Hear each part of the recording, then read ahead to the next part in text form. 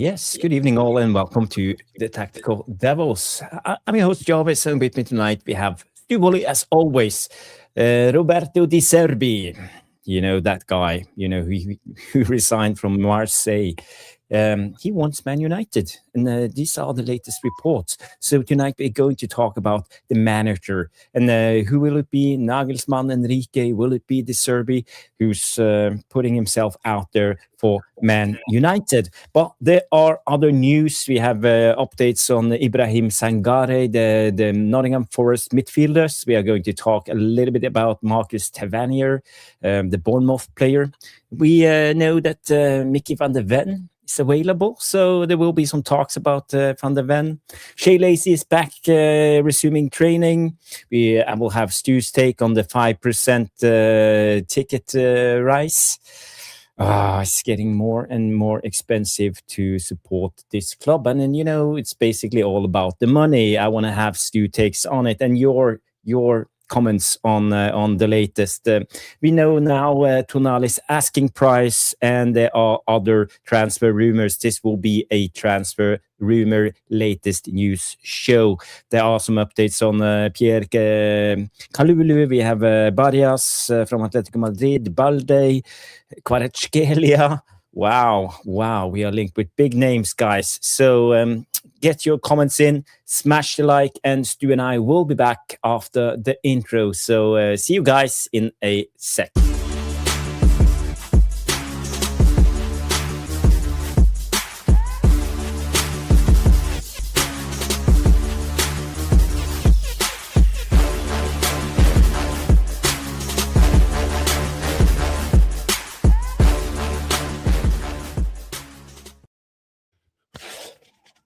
Yes, guys. Welcome to the Tactical Devils. So glad we will have a news show, the latest news, and a weekend wrap-up. There's been some FA Cup going on, but I have to be honest, I saw the last 20 minutes of the Wrexham game. Besides that, why bother? We're not even in that cup, so I don't care. So, guys, how are you guys doing? And Wally, how's your weekend been? You look very well dressed tonight. Is it a big occasion, or no? Did I miss something? Is it still your birthday month? Oh, of course, it's my new birthday month. No, we just went out for a bit of dinner tonight, so we got back a bit late.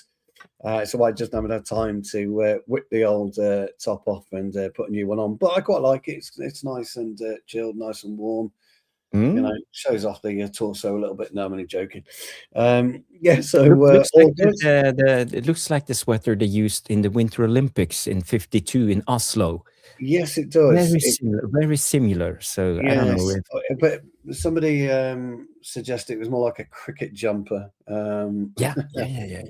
Tonight, but it's anyway. I like Joe Brown's designer. I like him, and this is a Joe Brown's top. I've got loads of stuff of his, and I quite like it. So when I go out and when I'm out and I've got to put something nice on for work or whatever, I tend to. I like my waistcoats. So I've got a couple of waistcoats, a couple of Joe Browns. I just had a camouflage waistcoat that I ordered from Joe Brown's. That's just come, which is quite nice. So, and I've got like a green shirt, denim shirt. I'm going to wear with it. So we shall see. But apart from that, all good. The Mighty Tipton Town are back onto winning ways. Thank God for that. I made my first appearance for 3 weeks, 2 weeks, 3 weeks. I can't remember last time I played today, so it was quite good, and we won. So I'm claiming that it was due to the skipper coming back that we turned the tables. That's what I'm claiming anyway. The rest of the lads are having none of it, but I'm claiming it was down to me. But apart from am I going to Wimbledon? Catherine, no nonsense, McDade. No pissing about, straight in. Straight in. With the abuse. It reminded me more of cricket. This is what I got today. And all of that, So you're looking. You look smashing tonight, Stu. Thank you. I quite like it. It's nice and comfy, so I'm quite happy. Gavin comes in. How do I contact you, Jarvis and Stu? I wrote a post about my site might be compromised. Nobody picked it. Okay. Well, there's a email address in the channel description. So if you want, or you can, I think we are friended on X, so you can just send me a DM on X. If not, you can find me on X, Bowley77. That's my X name. So, and you can send me a DM. So we will find out how to fix that. So. Who else is in the house? We have Slice of Zib 5572. Would us getting an experienced striker not be out of the picture in your opinion? Someone that will fit perfectly as an experienced striker would be Igor Thiago Sesko, but Thiago would be amazing. Man, I would love us to sign Thiago, and if we signed him, I think he would be our first choice striker. To be honest, he has been smashing those from Sunderland. Yeah. Oh, okay. No, not Sunderland. Brentford. The Bees. Something on B. Brentford. Yeah, Brentford. The Bees. Yes, Brentford. Yeah. Thiago. Yeah. I saw red and white stripes, and I thought that. Slice of Sib. Let's know what slice of Sib kind of means. I'm quite interested to know what that is. It's a brilliant name. I'd love to know what it means. Welcome all, by the way. 28 of you watching. Those likes up, please. If we are in YouTube jail, we don't know. Gavin's kind of alluded to the fact that we might be on something compromising us. From what we can gather, so we're in YouTube jail. Any help you can get would be most grateful. It's 100%. All the help we can get, to reach out there. We have been doing this for. But by the way, I was looking through some old, because my son, he asked me about, Dad, when did you start YouTubing and stuff like that. So I had to go back, and it's actually 3 years and 2 months ago since I did my first stream on Nuruddin's channel, and we've been doing this for almost 3 years now. In end of March, I think we did our first show together. Amazing. It only seems like yesterday, pal. Yeah, time flies. 100%. Like yesterday. For me, YouTube isn't about anything like you said. It's talking about football and engaging with like-minded football fans, around the world. We're very lucky, I think. We got audiences in Asia, haven't we, as well as America, Canada, and India, all over the place. Yeah, we're very, very grateful for that. And we've got Norway, of course. Yes, England. No, but we've got a really nice, solid community that people who tune in don't always agree with us, and that's how it should be. We don't want people to agree with us. We want people to give us their opinions, and I think we've got that absolutely brilliant. And of course, we've got the great Grace Sheridan, the wife of Diogo Dalot, who comes along, and Catherine No Nonsense McDade, Trevor. You're all absolutely brilliant for us. And Sean, Johnny, Mo, Dave, all of you guys. Grace. I mean, we could go on. There's loads of you, and we're very grateful. Yala. How can I forget? Yeah. Yala's been there since the beginning. He was in our time in the MUFC Realist TV. So all of you guys are contributing, and you are the hardcore fan base you are actually the channel. I'm just here around sometimes talking. Yes, because it's quite strange, isn't it? Because we have the Devilish Tacticos are the channel. We just talk. Yeah. I normally talk nonsense.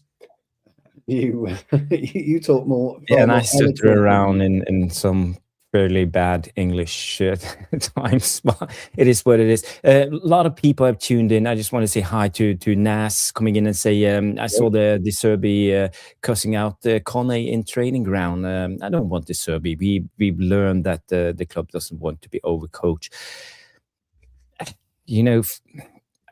My personal opinion is I rate De Zerbi. I think he's one of the better managers out there in the world. We've never seen De Zerbi in a strong team with a lot of money. You can buy all the players he need. But we have seen him being successful. His first Brighton team, wow, they were hard to beat, really hard to beat. And they surprised everyone. And for me, it tells me he has a mind of his own. He likes to walk his own ways. We've never seen him in a big club with resources and players who could do his vision. It's not the same in Italy or in what's the team in Ukraine? The orange team in Ukraine. It wasn't Zagreb, was it? Shakhtar Donetsk. Yeah. Yeah. And even Marseille, they're underdog in France. So coming to a big club like Man United could be something special. And I'm holding my reservations out for that. It might actually happen.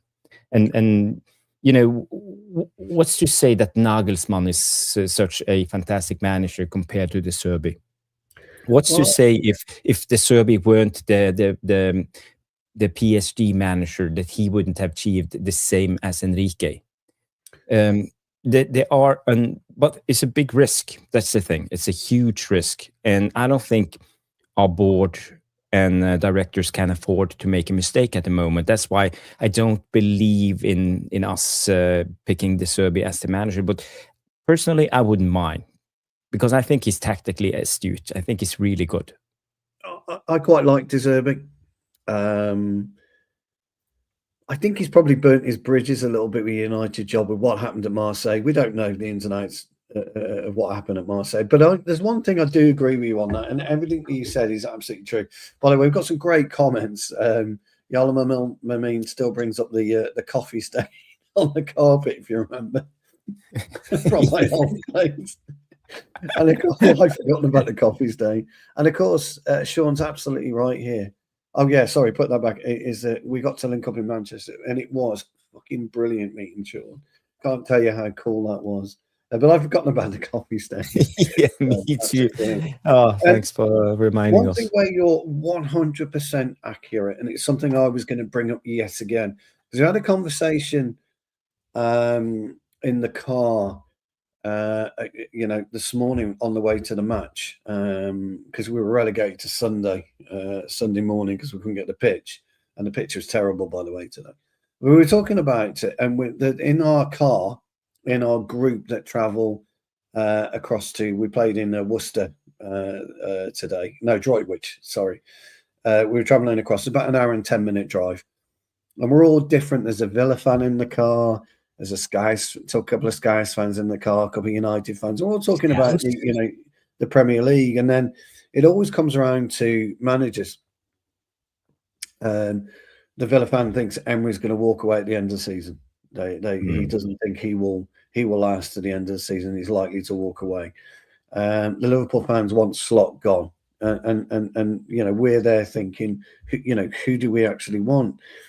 And a lot of the lads in the car were saying, well, look, you're either going to get a Nagelsmann, you're going to get a De Zerbi, you're looking at Enrique, etc., etc., etc. And I pointed out, as you know where I stand on this anyway, and everyone does, I pointed out and said exactly the same. But who's to say that Enrique delivers at PSG, and as we've seen before, can't deliver at Manchester United? Nagelsmann kind of delivered at Bayern Munich. He was removed for some reason. We don't know the reason. He was removed. He weren't outstanding. He did well, but that's expected at Bayern. I would agree. And the old guys at Bayern, the Ule, what's his name? Ule Khan or Uwe Rosler, Ule Hoeneß, and all of those guys. They have such high expectations, and they set the standards. The bar is so high at Bayern. So you either win by a huge margin and dominate, or you're a failure. That's how they see it. No, that's right. And so we're talking about that, and my reservations on Nagelsmann. Same with De Zerbi. I think he's a firecracker. But ultimately, and I made a point in the car, and I'll go, Ancelotti won't be the man, and I don't think he will be. I don't. I agree with you guys. I don't think he will be. But he's a type of manager, and there's only one or two out there that can do it and come in, stabilise the club, and remove player power. because that is our biggest issue. Nagelsmann won't be able to remove player power. De Zerbi might, Jarvis. He might have that temperament to remove player power. Yeah. But we're talking about Roberto Martinez now, aren't we? We're talking about X, Y, and Z. Would they be able to remove player power? Ancelotti would be. And but there are no more Ancelottis around, are there? There are no Louis van Gaals anymore. Mourinho is trying to brand himself, and it hasn't worked. Simone Inzaghi, absolutely Grace, but isn't he Grace in the manager? I always rated Inzaghi. Yeah, but he's out in Saudi Arabia, isn't he? You know, he's out in Saudi Arabia. So Al Ittihad or someone like that. Yeah. Who are the managers out there that won't allow player power to continue and to wipe the slate completely clean and say, right, this is what I want. I'm not having Jason Wilcox interfere. I'm not having the board interfere. There's not many people out there, Jarvis, literally out there that can command that type of respect.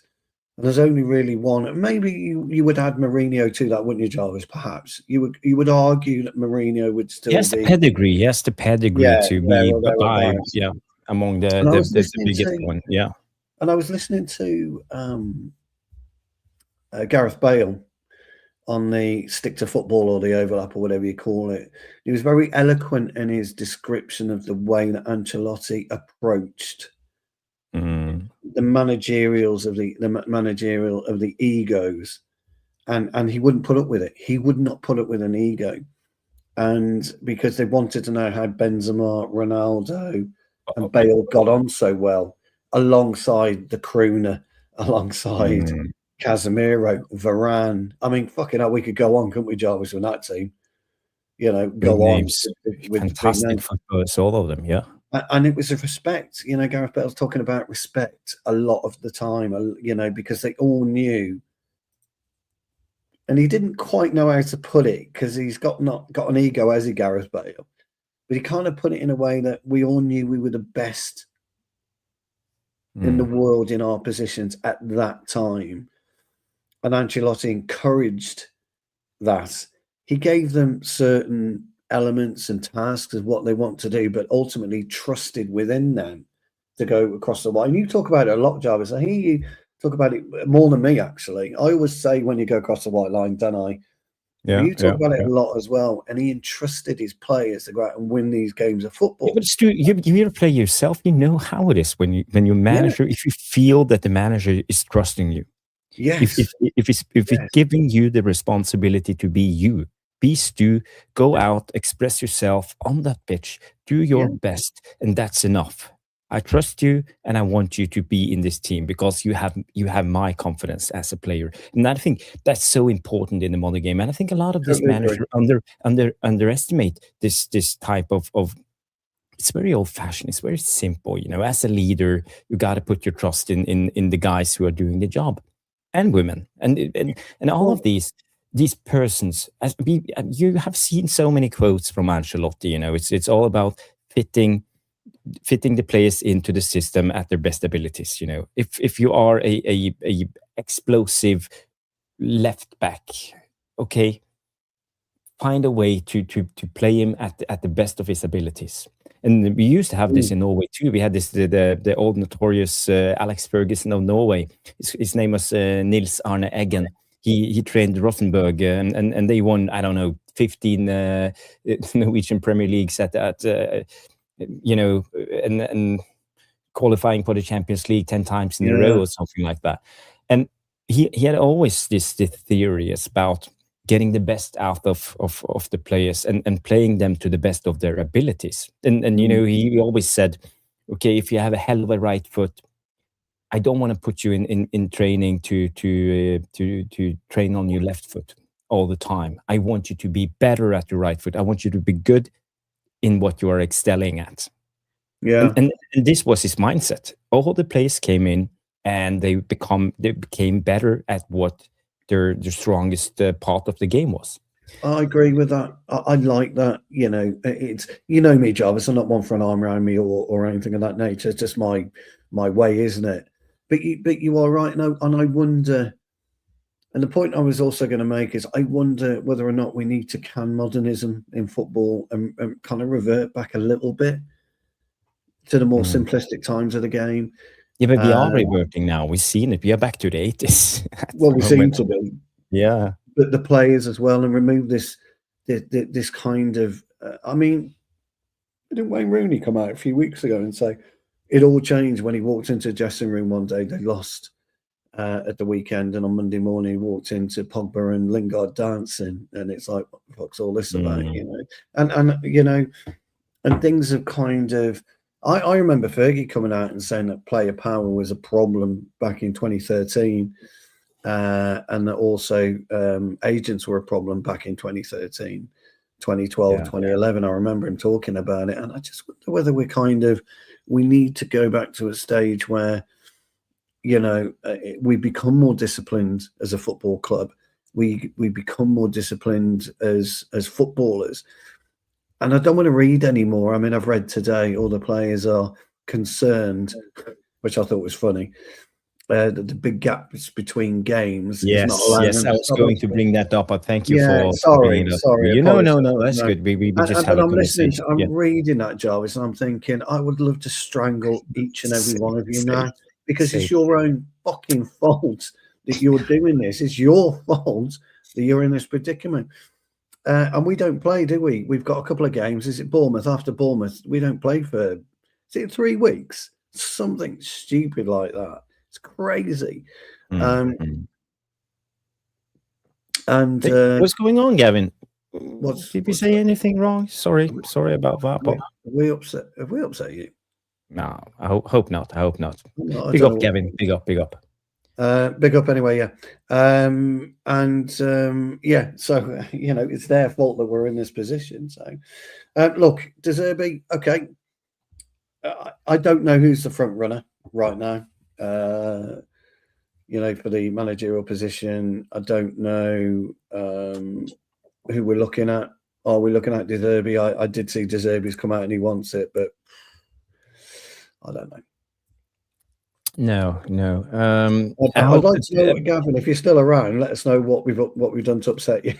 No, maybe it wasn't us. Maybe it was something that happened in the chat. But the mods, please take care of it if it's something, you know. But I only just skimmed through a lot of your comments, especially the long ones. I can't.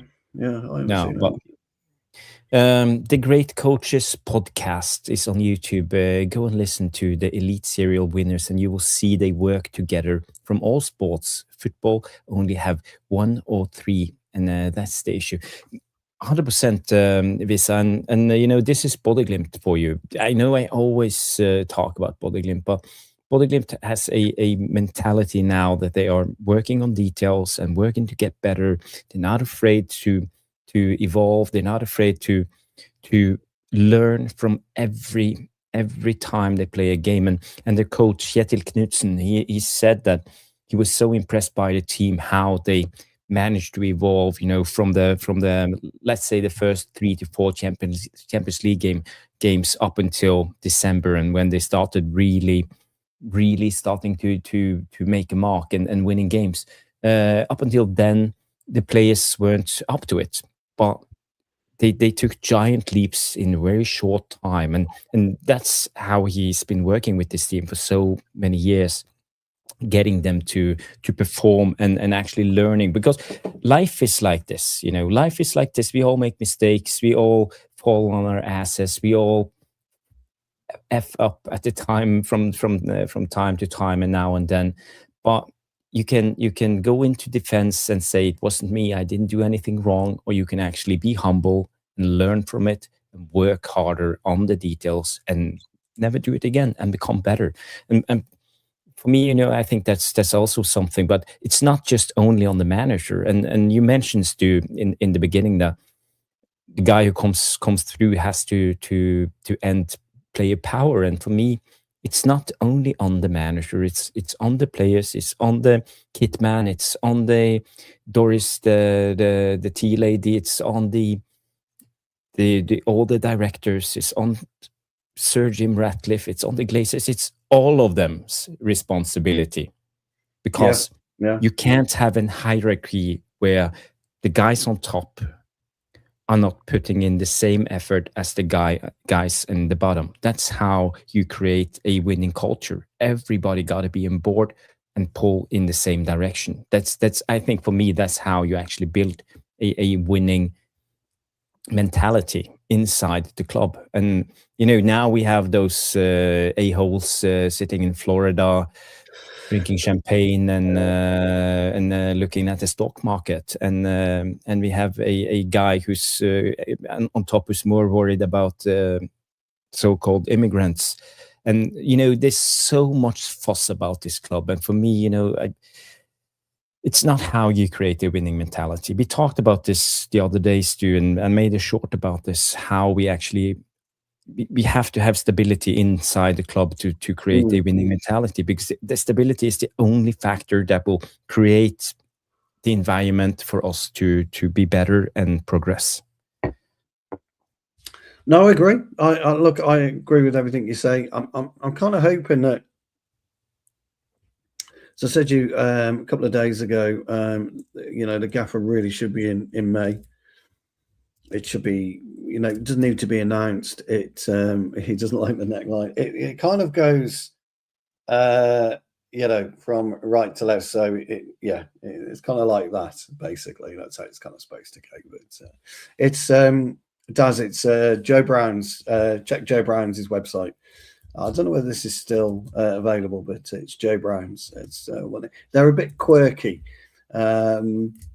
They do a lot of patchwork stuff, but I love Joe Brown's anyway. So, for me, they've got to be in May, or at least we have to have a decision. Are we seeing all the comments? I believe so. I believe so, but maybe I'm not. Maybe some people have been banned, or I have removed them, and they are still in the background, and I can't see them. Hopefully, there are some. We have at least a routinator, but we need more mods, to be honest. Yeah. What's going on, guys? Mods. Any one of you guys want to become a mod? Let me know, and we need more mods. We have Jarle in the house also. He's a moderator. Yeah. Daz, what's going on, buddy? Are we missing stuff? Maybe. But let me know. Just scream out mod or thumbs up or whatever, if you want to become a moderator. Yeah, keep us a link. So I want them in by May. I want the deal done in May. Even if it is a World Cup coach. I want them done. If it's De Zerbi, Jarvis, I want him done. I want him announced if it's De Zerbi by May. Because we've got to have all the deals done, or close to all the deals done, by June, because of the World Cup, Jarvis. Or the bulk of our business has to be done before they go off to the World Cup. It's as simple as that. But we know our club isn't like that. It's not a cricket top. It's just it's by Joe Brown's. It's very controversial, that talk, Stu. They're always used to seeing you in an Adidas shirt or whatever. Adidas top. Yeah. It does look kind of crickety. Yes, I'd agree with you. It does look crickety. But it is rather controversial. Yeah, it's opened the eyes today. But if it is De Zerbi, if it is going to be Enrique, we want them in. The deal's got to be done by May for me. Other than that, you risk. But I think that's the problem, Mr. Potus. Yeah, I should have gone back to. I didn't have time to slide on another top. You're like Two-Face in Batman. I am like Two-Face in Batman. That's it. That's it. Two-Face. Just wondering what. Yeah, we don't know, Daz, about Gavin. We haven't got a clue whether he's not liking what we said. I don't know. No. Gavin is a good guy, so maybe some misunderstanding, but can't do anything about it right now. No. Okay. Let's just progress this topic about the manager. But apparently, let me just show you the latest quotes that came out on De Zerbi, and we can end this manager debate. Okay, here we go. So this came out tonight. Apparently, De Zerbi is understood to be keen on the Old Trafford job, according to Sam Wallace. Is it the Telegraph, Sam Wallace? Cutting edge reporting, Jarvis. Yeah. And also Centre Devils said the same. De Zerbi is keen on the Manchester United job, from Sam Wallace. And good old Roshmano comes in with transfers MUFC and said Robert De Zerbi is keen on the Manchester United job. He figures prominently on United's shortlist as they decide on who will be the next permanent head coach. And also, according to quoting Sam Wallace, Telegraph. So there are reports out tonight that De Zerbi wants the job. He's putting himself out there. I wonder how many times Sam Wallace rewrote his tweet so we could get it. What annoys me right now is we could have written that job. De Zerbi's put it out there. He's made it known. He wants a job. Yeah, well, look, serious Bart fan, we don't know whether Enrique's the answer. I think the consensus would be Inzaghi, Jarvis. Yeah. Actually, but you forget about Inzaghi now because he's in Saudi. You forget I think it will be impossible. I think they have to finish at least. Is it 2/3 of the contract to get a Sean says he's got 12 months left. Payout? Something like that. Sean says he's got 12 months left, apparently. Yeah. Okay. And Xavi is a free agent. Yeah. I'm not a big fan of Xavi. I don't think he was a fantastic player. He has the pedigree of Barcelona. He did well, he brought up some youth. But again, the Man United job, it's a different job, Jarvis. It's a different job to going into Barcelona where you've got a Lionel Messi playing. It's different when you go into. I mean, the thing about Enrique is he's doing stuff with PSG that doesn't require their Galactico phase. So he's done it without your Neymar, your Messi, your Mbappe, your Varane, your whoever. He's done it without those types of players. But they've got Gareth Scalia still, who is wow. I mean, he's got Vitinha. I mean, fucking hell, he's got some players there that can play football that we would love at Old Trafford. We love Vitinha at Old Trafford, and we love Gareth Scalia, wouldn't we? Let's be honest. Crikey, they would both be great for us. Dembele, the current Ballon d'Or holder, so a lot's going on.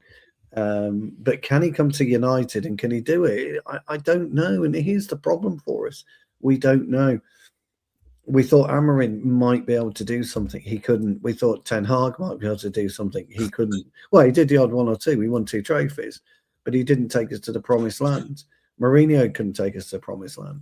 Yeah. Van Gaal couldn't take us to the promised land. So, who can? There's only one man for the job. And I don't think Carlo Ancelotti. We can't get Ancelotti. He won't come. No, I know we can't. And also, it would be a short-term solution because he's not a young man. He's not a young man. And what are we supposed to do after 2 years? This is where you've got to go to Carrick and say, or somebody and say, look, we're bringing in Carlo. You are going to be his right-hand man, and I want you to learn because in 2 years' time, you're signing on the dotted line. You are going to be manager from 2028, 2029, 2030, whenever. You will be manager. We will give you a 5-year contract, but your apprenticeship is learning from quite probably the master. A Champions League serial Champions League winner. Yeah. Serial winner with AC Milan and with Real Madrid. Not so great at Everton. I get it, but Everton, let's be honest, Everton. Well, I think he did well at Everton. He did well at Everton. James Rodriguez in there. I think Everton played fantastic football at this time. He got the best out of Calvert-Lewin. And where did he go? Popped off to Real Madrid, and look what he did at Real Madrid again. So, look, he would be the right man. But the key element is you need an apprentice. Now, if we don't do that, Jarvis, we bring in De Zerbi, or we bring in Enrique, or we bring in, I don't know, Xavi, Nagelsmann, whoever. Okay. And then what do we do? And here's my question again. What do we do in 2 years' time if it doesn't work out? Where are we? If you bring in a manager and you keep Carrick on as his two, whether Carrick wants to do that or not is an irrelevance, but at least he would learn the ropes from somebody who's been there and seen it and done it. By the way, Jarvis, in all aspects of football, playing and managing, and he's gone through the Galacticos at Real Madrid. He's managing Brazil now. He's done AC Milan. He's done Everton. He understands football.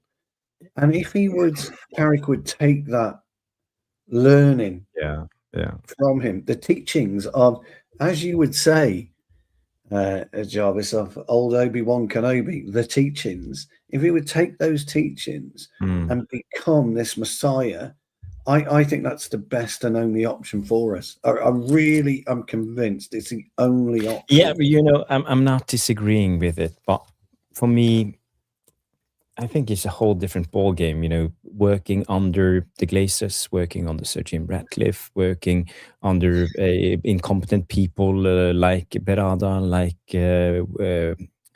Wilcox. Well, it is. I agree with that.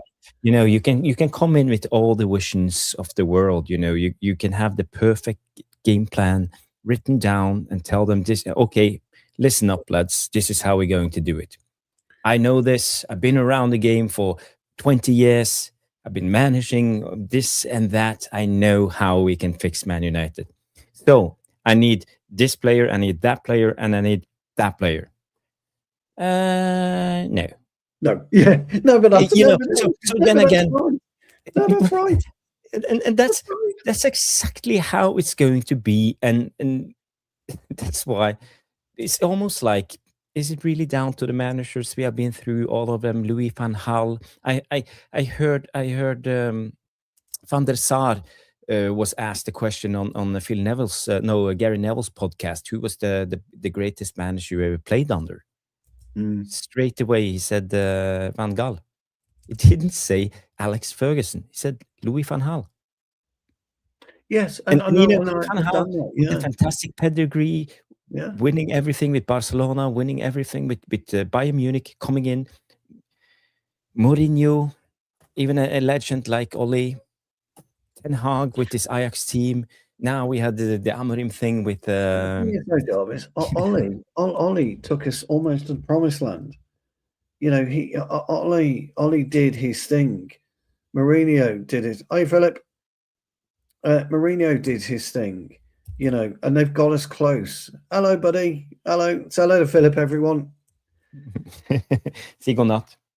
What's on your back? Good night. Good night. What's on your back? Good night. Messy, is it? Vis han ryggen. Snu där. Oh, of course. It could only be Maradona. Yes. Maradona. See you later, Phil. Good night, Philip. Good night. And you're absolutely right.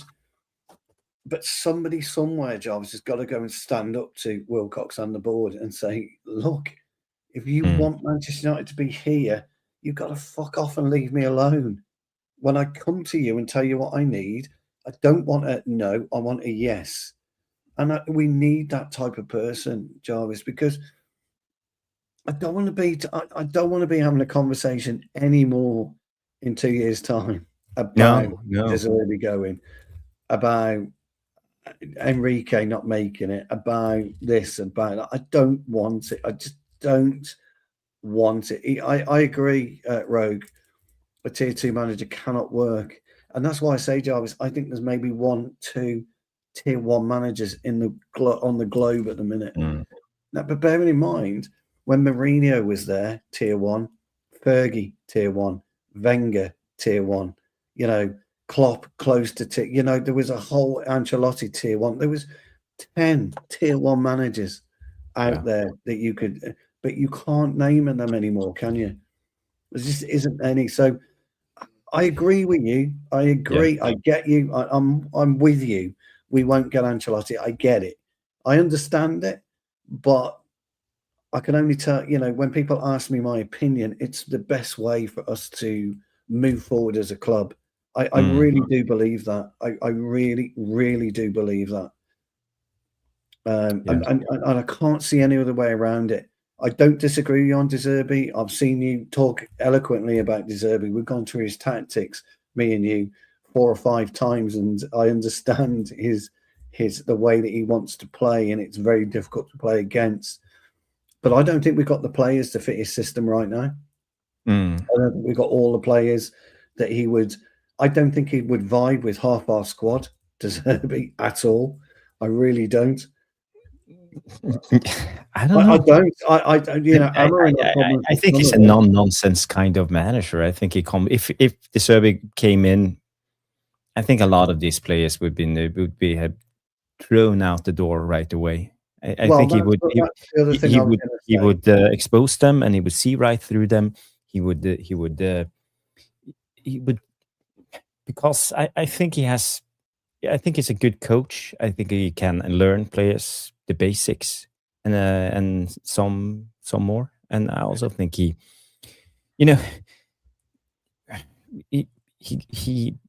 let's say Pascal Gross. Hey Vicky, how can he get a player like Pascal Gross to become so good in certain games? Look, when Gross has come back to Brighton, he's been terrific. I mean, Hursler was really struggling, wasn't he? Because he took out the Welbecks. He took out, a lot of those players, and he's brought them back in now, and they're starting to do stuff again, aren't they? Yeah. So he's learned the hard way. I agree with you, De Zerbi, but a lot of them that he's got to keep, they'll start bawling their eyes out and crying again, won't they? Like they did under Amarin. So what I'm looking for, I don't fucking care, about this place anymore. I don't care, But what I'm looking for, 15th last season. Now we are fighting for Champions League. We are doing wonderful under Carrick. Fantastic. We have scored 13 goals in 6 games or whatever.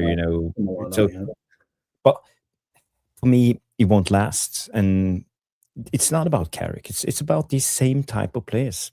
We have Dalot, we have Luke Shaw, we have Maguire, we have all of these guys, serial bottlers who can put in a performance when asked or when needed, but most of the time in the smaller games, they're not bothered. They come in unfocused. They haven't done their preparation well. They don't know who they are up against. We play a team like Everton or Fulham. Who's this guy? Is he any good? I'll handle it. I'll wing it. That's Luke Shaw on the left back. I'll wing it. You can't wing it. He haven't done his homework. I know for certain that a lot of these players not doing their homework. They're not knowing the strong side. They don't know the strong foot on their attacker. They don't know how they don't have a plan before they go on the pitch. They just wing it. And that's why we see this. And now we heard the latest. The players come in complaining. Oh, we don't play enough matches. We're not match fit. Oh, we are so sorry that we let you down, Carrick. Oh, no. Let you down who?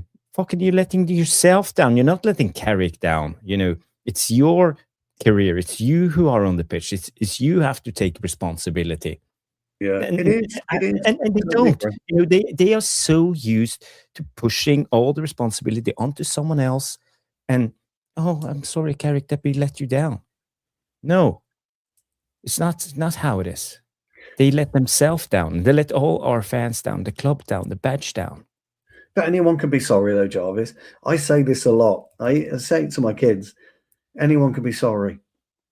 And anyone can mean that they're sorry. But why are you sorry is the question. What have you done to be sorry about? Think about that. and then you'll have an idea of what sorry means. Because sorry is a word that anyone in this chat can say. Oh, I'm sorry. Are you really? Really? You're just saying a word. Think about why you're sorry. And I agree with you. What you just said there, sorry, just before you go on to it, what you just said there is absolutely true. You aren't doing your homework. How many times have me and you been on a show when we've gone through, we were talking about Lewis Hall, for example, wasn't I? I was raving about Lewis Hall against Newcastle. I said he's a date, blah, blah, blah. And what happened? He ripped us a new one. Yeah. You spoke eloquently about Tonali, and what happened? Ripped us a new one. You know, I said about Joe Linton, don't underestimate him. What happened? Tore us a fucking new one. You know, all these players that people are Lewis Hall, fucking hell, watch him. Just watch what Lewis Hall can do. Just watch what Joe Linton does. Just watch what Tonali does. Trippier, you warned about Trippier yourself. You know, we warned about these players, and what did they go and do? Because we weren't ready. How can Harry Maguire, Luke Shaw, not know what Kieran Trippier is going to do? How can he not know what it's baffling. It's baffling. Okay? Harry Maguire, how does he not know what Joe Linton's going to do? Guess what? You played against Joe Linton last season. Earlier on in the season, you played him 2 seasons ago, 3 seasons ago. You know what these players are going to do because you watch them and you play against them constantly. They tore us a new one last season. We lost 4-1 against Newcastle away at the St. James's Park. And who was good that day? Joe Linton. Yeah. He was brilliant that day, Joe Linton. Guimaraes was good that day. Tonali, was Tonali playing that day? Or was he on his back? I think he played. But by the way, this is the quote that came out. The Manchester United players believe they have let Michael Carrick down with the recent displays and are blaming slow starts on lack of games. Okay. Quote, Jarvis, fuck off. Yes. And now, a source said, the players feel like they let the manager down with the way they played. They think the big gaps between games are hurting them and making them struggle to start properly. It's something they are aware of and want to change. The source is weak. It's the Sun, but if this has a hinge of truth in it, I would go in that locker room and slap every player on the back of his head and tell him to wake up. You're playing for Man United. You have to put in the effort every time you come on that training pitch. There's no excuses. Look at Body Glimt. They haven't played a game. They played a game since the beginning of December, and they come out and they beat Atletico Madrid. They beat Inter Milan. They beat Manchester City. There's no one of them who have an excuse in their head because it's not allowed. Yeah. You're not looking for excuses. You're looking for ways to improve and become better. It's weak mentality. This is the mentality weakness of our squad. Correct. It's weak mentality, buddy. Absolutely weak mentality. Somebody's asked us, and Naz has asked us about, let's do Vicky's question first. Does a new manager, whoever it is, needed a Manchester United person? 100%. 100%, Vic. You know, my Ancelotti Carrick idea is based on a Manchester United piece of personnel. And I would do one other thing, by the way, Jarvis. If we were, I apologise for going on about Ancelotti, but to my mind, it's the only way forward. I would bring in and I would remove Wilcox and bring in Edward van der Sar. Ancelotti, Van der Sar, Carrick. The end. That would be my magic 3. I was going to say threesome there, Menage and Trois, but it's not very good. I don't want to lower the tone. No, that would be James and the Giant Beanstalk with his magic beans for me, because that is a very, very shrewd operator as a technical director or sporting director, as in Van der Sar. I know he was CEO, by the way, Ajax, before. You say he won't come as spot, but why not? Why not? And then you've got my managerial system, where you've got the Don, as we have on Tactical Devils, Don Cocker, and you've got the Apprentice, and I want that to succeed. So, Vicky, for me, my darling, honestly, 100%, we must have an influence of a former player or part of the club. And I'm not talking Ferdinand or anything like that. He has to be a special type of man. And one thing Carrick has demonstrated to us all, I think, is his calmness under pressure and his knowledge of the club. And I think demeanor, I think he's been absolutely brilliant. Yeah, so I would love him to be a part. Now he might turn around and say, "I don't want to do that," but I would like him to look at the bigger picture, not the short term. I want him to look long term. What about bringing Ollie back in as a number 2 to Ancelotti? That type of look long term, not short term. That's what I would like. So Vic, 100% for me. Sorry, Jarvis. What about you on that one? No. Just a new manager.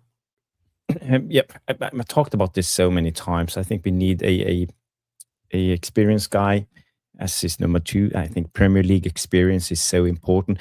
For me, it doesn't necessarily need to be a Manchester United person, but he needs experience from the English game, the British game. He needs to know what's going on, because as we all heard about, that Tuesday night in Stoke and all of this, you have to know what's coming. For me, we saw it with Amorim. He was useless, and it took him so much time to understand what was going on, the game, the speed of the game, and all of this. And it was a big mistake by Ineos, and I hope they have learned. If they are going to bring in someone, they need someone with experience. And we talked about this so many times. And but a Man United person. I don't know, because we always talk about this United DNA, and what is the United DNA? Is it the winning mentality? Is it setting standards? What is it? For me, and I've never agreed, by the way, I've never bought into the Man United DNA. If you say to me, look, we've got to have a style of play, I just roll my eyes down. Because you know my opinion on it, because you played the game. You can have a style of play to a bit, and then all of a sudden it all goes to pieces because the game's changed. So you've got to readapt. We don't adapt. We know this. We don't adapt in games. We know this. So I don't think there is a DNA. What I would like is for us as a club to be more professional and have a little bit more of substance. The players that come through the door must have substance. We do have the odd one or two there, let's be honest. Harry Maguire has clearly got substance, and nobody could disagree that he hasn't after what he went through. Cunha's got substance, we know. Sesko's got a lot of substance. You're seeing a completely different Sesko. Although it did make me laugh the other day when the big news was, because there was no Man United news that day, that Sesko had apparently, I still can't believe somebody had the gall to write this, but apparently he bought a place near Manchester Airport. So we could get a good night's sleep. We put double glazing in. I can't believe somebody actually had the gall to write that. I mean, for fuck's sake. Jesus, I'm sure. You imagine how that story came along. Some contractor out there, someone called in and said, I did a job on that house. I know who lives there. Put in double gold glass. And they just made it. They just spun it through some kind of imagination. It's embarrassing, but it does kind of happen. But there was a really interesting shout from Naz. Sorry, Naz. I know you started it. There's a really interesting shout from Naz, and it's somebody we've never really spoken about, and that is Cesc Fabregas. And this is absolutely right. He's done really, really impressive work at Como. In a short space of time. I think he's part owner, isn't he? I think he's got a stake in the club, hasn't he? But he's done it's a very, very good shout. I don't think he'd come to us, and it would piss off Arsenal and Chelsea fans, absolutely. As Sean also mentioned about Xabi Alonso, the interesting thing about that, he's gone completely quiet, hasn't he? He's way off. He's gone off the radar. He's dropped off the face of the planet, which is good, which means he's gone out of sight. He might be talking to certain clubs, but he's gone out of sight. He's not in everybody's mind. He's not forefront, which is ideal. But again, Jarvis, me and you had a conversation about it, and I said, stay there an extra year at Leverkusen. Don't go to Madrid now, because you could ruin all your good work. It was too soon. Too soon. Too much too soon.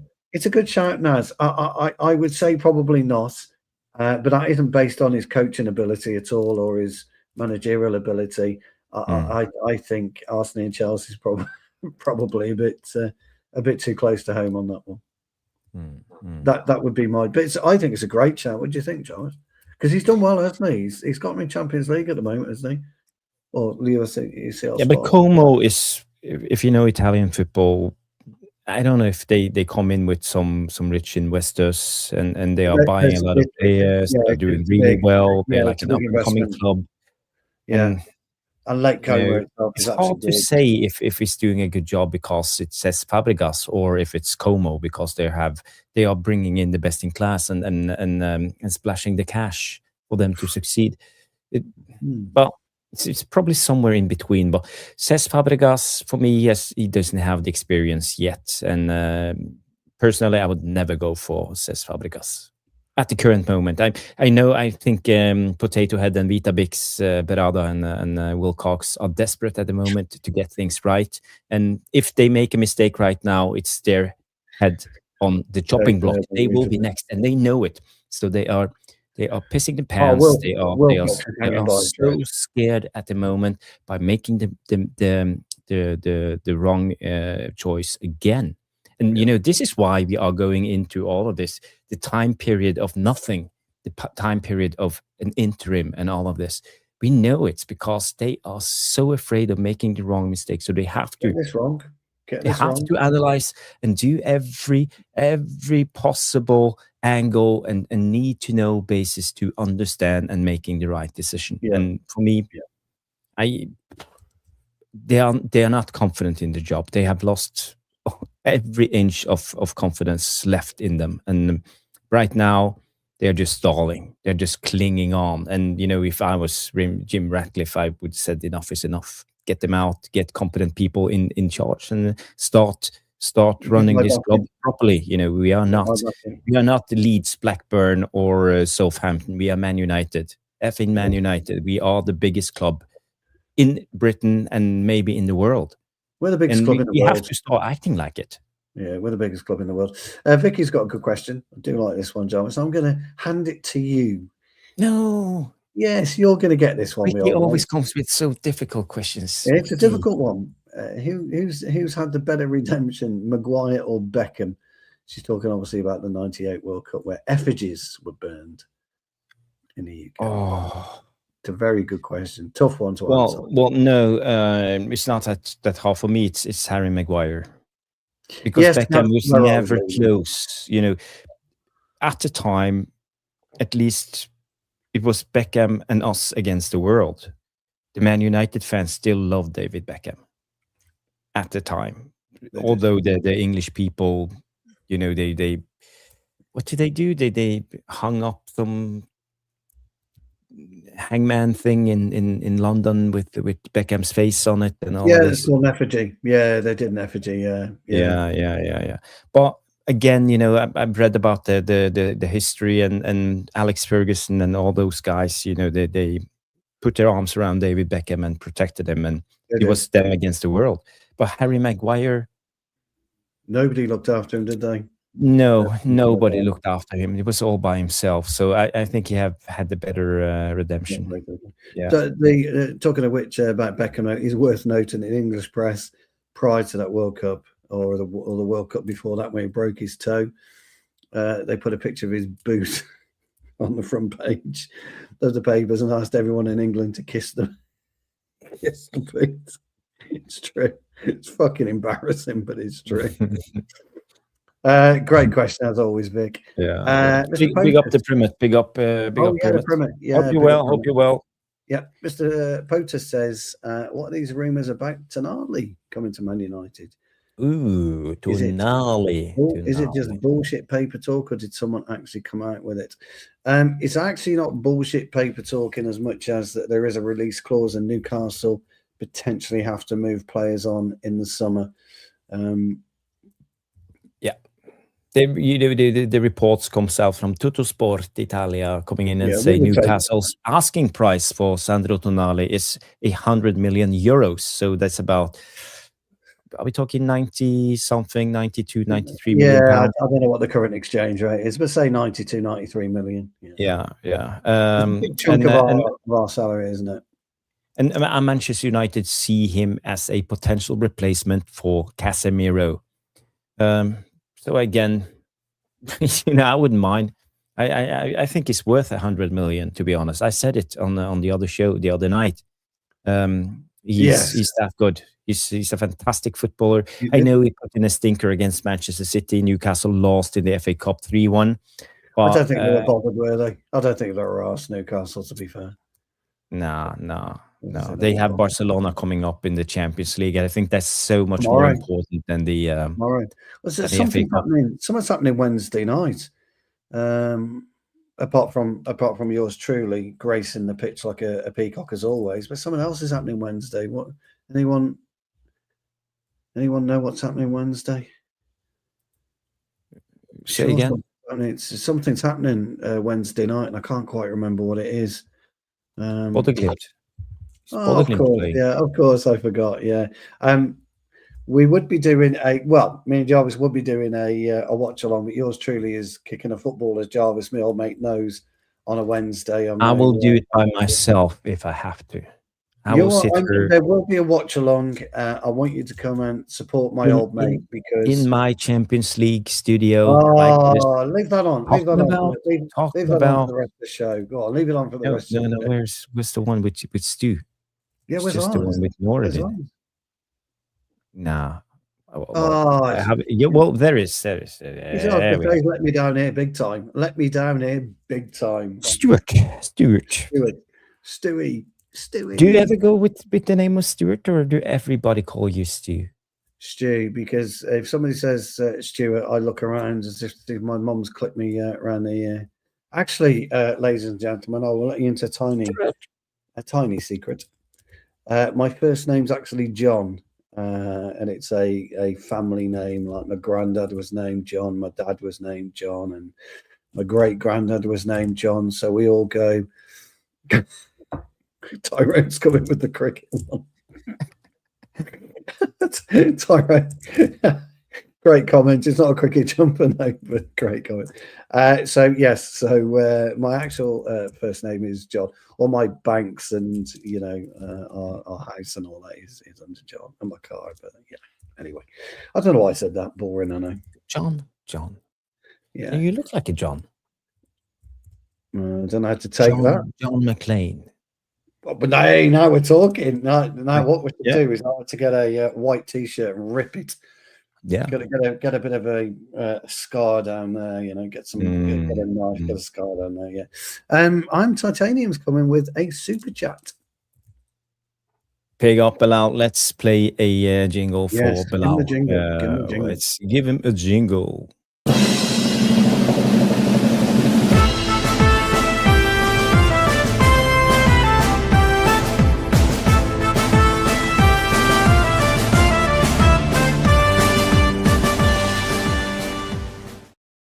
Got to dig out my glasses. I just can't. I can't find my glasses anyway. I'm gonna have to dig them out. I'm gonna try and find a new pair of glasses. I run a rental car business also. So okay, a customer forgot this in the car. Oh, nice. Very nice. Look at that. They're not good for you because it looks like you got two pairs of eyes in there. Yeah, well, that's the ring light, Yeah, your ring light. Yeah. There you go. Well, what I want to know is, did you rent Roy Keane his car when he went to visit Ollie? Yes, and I didn't even give him a discount. And rightly so. You should have charged him quadruple. No. Yeah. Should have charged him quadruple. Well, I was a little bit worried that if he could drive in the Norwegian roads. They are small, they are narrow, they're curvy. It's not easy driving in Norway. He reckons he loved it. Yeah, so it's probably a nice drive. Probably a nice drive. I think he said. That's nothing. That's nothing in Norway. We have distances. Yeah. That's just a ride.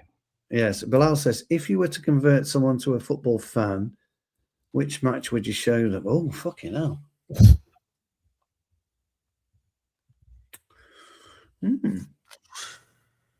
Yeah. For me,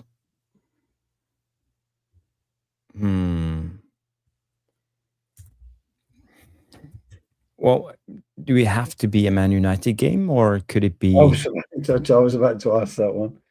United v Juve. So Daz is obviously talking about the semi-final. Yeah, the 2 goals, Roy Keane. 2 goals, Roy Header. Roy Keane header, Dwight York. Dwight York. York and Andy Cole. Cole. Yeah. Yeah. 99 final. 4-4 Liverpool, Arsenal. Tyrone comes in, Euros 2004, Holland versus Czech Republic. I can't remember that game. Help me. Holland, Czech Republic. Pavel Nedved. Liverpool versus Newcastle. It's probably who I would go for. It's just me, 43. Liverpool versus Newcastle. That was just, that was epic, that game. AC Milan versus United, Champions League ties from the late 90s, early 2000s. Yeah, very good ones. Liverpool, Newcastle. Yeah, that was a. Was it 4-3? It ended 4-3. Robbie Fowler. Yeah. Stan Collymore got the. But Faustino Esprilla scored. It was great. 7-1 against Roma. Yeah, 7-1 against Roma. That's a good shout. There's a lot of good games, actually. Which one would you actually choose? Tottenham 5-3. So Anthony's talking about where we were 3-0 down at half time. We scored 5 in the second half. Keynote at Highbury. So that was is that the 1-0 one win, Vic? Where John O'Shea scored. Was it 1-0 or 2-1 that one? United versus Lyon. The late scorer, the late one, few so late goals in extra time. Harry Maguire's Big Harry. That was something. That was a great game. What about the United 6-1 against Arsenal? I think we went in 4-1 at half time, something like that. Yeah, but if someone hasn't seen any football before and you want to show them Man United demolishing 6-1, it has to be a tight game going back and forward. Tight game.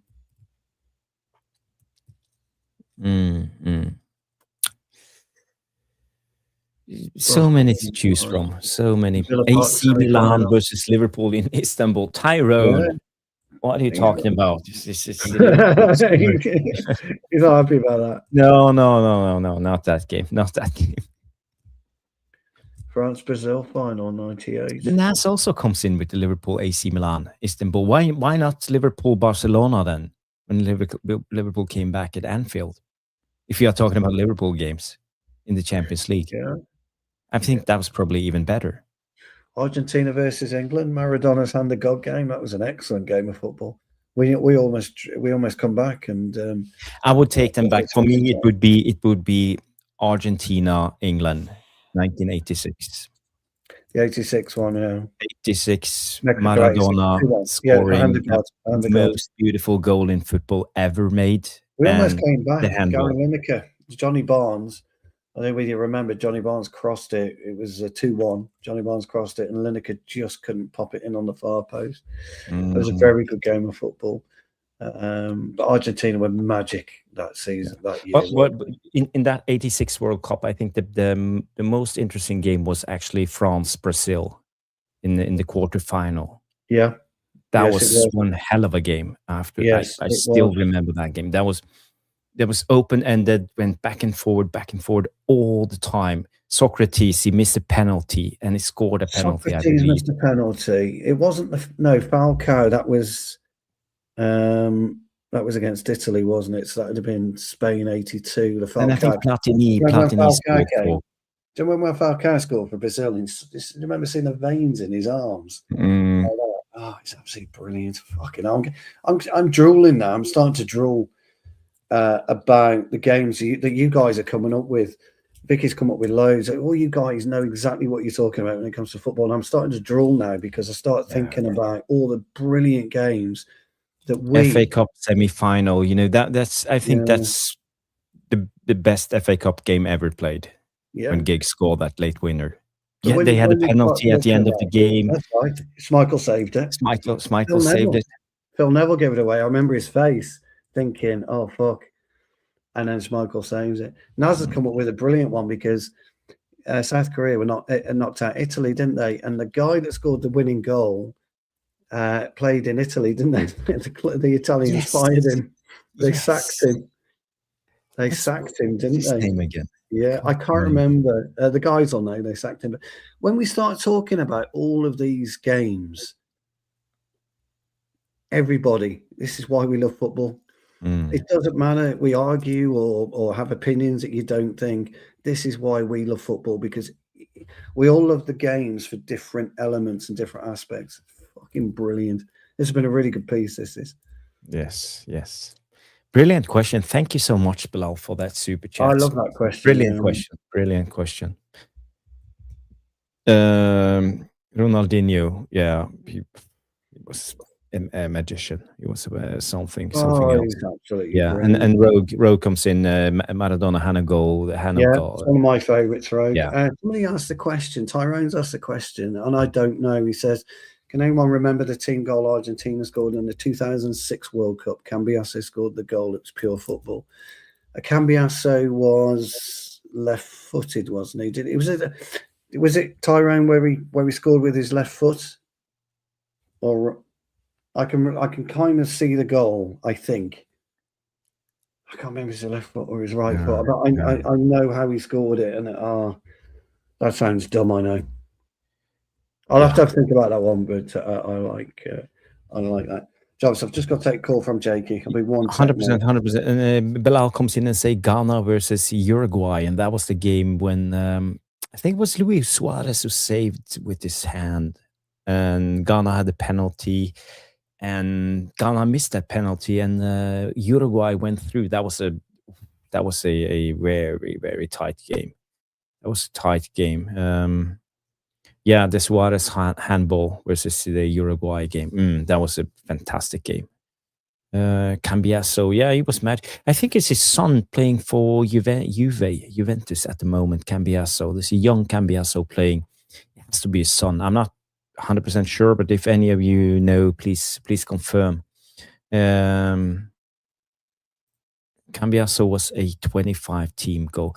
Wow. I mean, I need to look that goal, check it out, and it's not his son. Okay, I just assumed. I don't think Cambiasso is a usual name.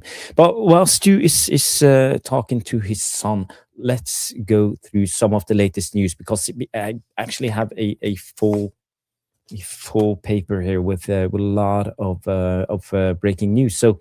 The first I want to talk about is Ibrahim Sangaré, the Nottingham Forest midfielder. I don't know if you know much about him, but he's a big guy. He's very, very strong. He's very combative. He likes to win duels, and he's strong. He could come in as a DM for us. And apparently Man United has put him on a list of midfielders. I believe he would be in the price range of about £50 million. So my question to you guys: would you sign Ibrahim Sangaré? By the way, not to be mistaken for the RC Lens Sangaré, Mamadou Sangaré, who's a midfielder I would love to sign, but Ibrahim Sangaré. So apparently it's on the list of midfielders Man United are looking at the moment, and we know that Nottingham Forest, I believe they have to sell bases. Well, I don't know. They will most likely get to sell Elliot Anderson, and will get a handsome chunk of money if they sell him. And apparently, it's also on Elliot Anderson. Man United have come down, and there have been some links and saying that Elliot Anderson won't come to Man United if we don't get Champions League, because we won't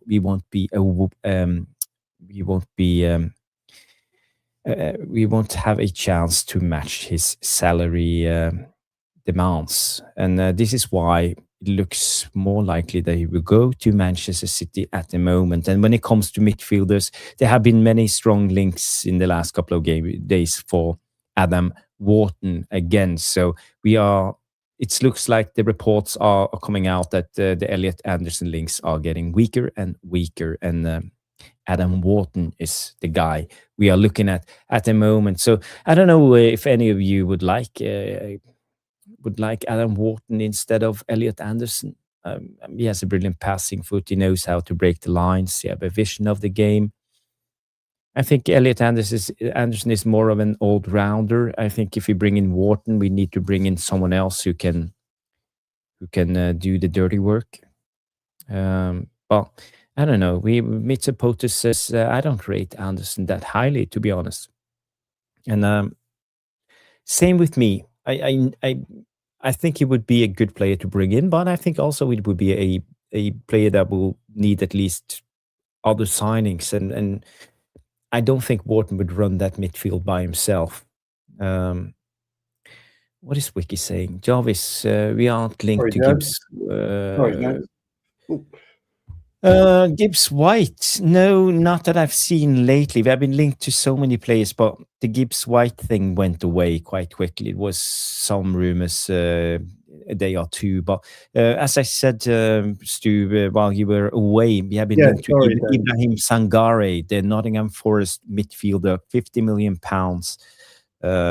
roughly. And he's on Man United's list of midfielders. I don't know. What's your take on Ibrahim Sangaré? I don't. He's a combative midfielder, He's strong. Yeah, he's strong. He's a ball winner. I don't mind him. He's got bags of energy as well. But I think we've got to go. We've got to go better equipped. I think so. If we were going to go for somebody like him, I would just go with Sanderberg anyway. But I think we need a Sanderberg type player, and I think we need a Wharton type player. I watched Wharton the other day for Palace, and I thought he was excellent against Tottenham. I thought he was brilliant. I thought some of the stuff that he was playing higher up the pitch. Wharton, he was playing some cute passing. But I think he'll end up at Liverpool anyway. So I think for me, if you could bag Tonali and you could probably bag Sanderberg, that would be our. That would be a good twosome for me. That's what I think. I don't mind Sangaré. I think I do like him, but I think he's going to cost a lot more money because Anderson's going to go to City, isn't he? So they're going to lose. Yes. We almost know that by the moment. But there were some reports coming out that Man United would need Champions League to be able to challenge for Wharton's signature when it comes to wages. Yeah. So that was the report that came out, and for me, I don't know if this is where we want, because Sam Lockhurst came out and this was the report. Sources say that Manchester United would not be able to match frontrunners Manchester City on Elliot Anderson's salary unless they qualify for the Champions League. Yeah, and I think that's going to be problematic for us. So, and some of you guys in the chat are asking what's Wharton's asking price, and he's over 100. There have been so many different reports, but I believe we are talking about around 70 to 80 million pounds in normal negotiations. But if there's a bidding war, I believe Palace could get up to 95 million pounds for him. So the problem we're going to have, isn't it, Jarvis, is we're not going to be able to get Wharton and Tonali. It's going to be one or the other plus one. That's what it will be. Unless they decide to go all out and get two high-end midfielders. So it's either going to be Tonali or Wharton, or it's going to be Wharton plus Tonali plus. That would be the way forward for me. I'd be amazed if it's anything different. Yeah. It could be. We don't know, do we? It could be. but I would be quite surprised if it is. If you're paying over, if it's 80 million pounds, I say no. It's a no-go for Wharton. Then I would rather splash 100 million for Tonali. Yeah. So Wharton is going to be up at 80 to 90 mil, guaranteed. He's British for a start. He's English for a start. Premier League for a start. He's going to be 90 at least. If we go knocking on the door, if Liverpool go knocking on the door, which I believe they already are, you're looking at 90 million quid. I would almost for certain say that we will never get to sign him if we are thinking of a 60 to 65 million pound player. Wharton is not in that bracket.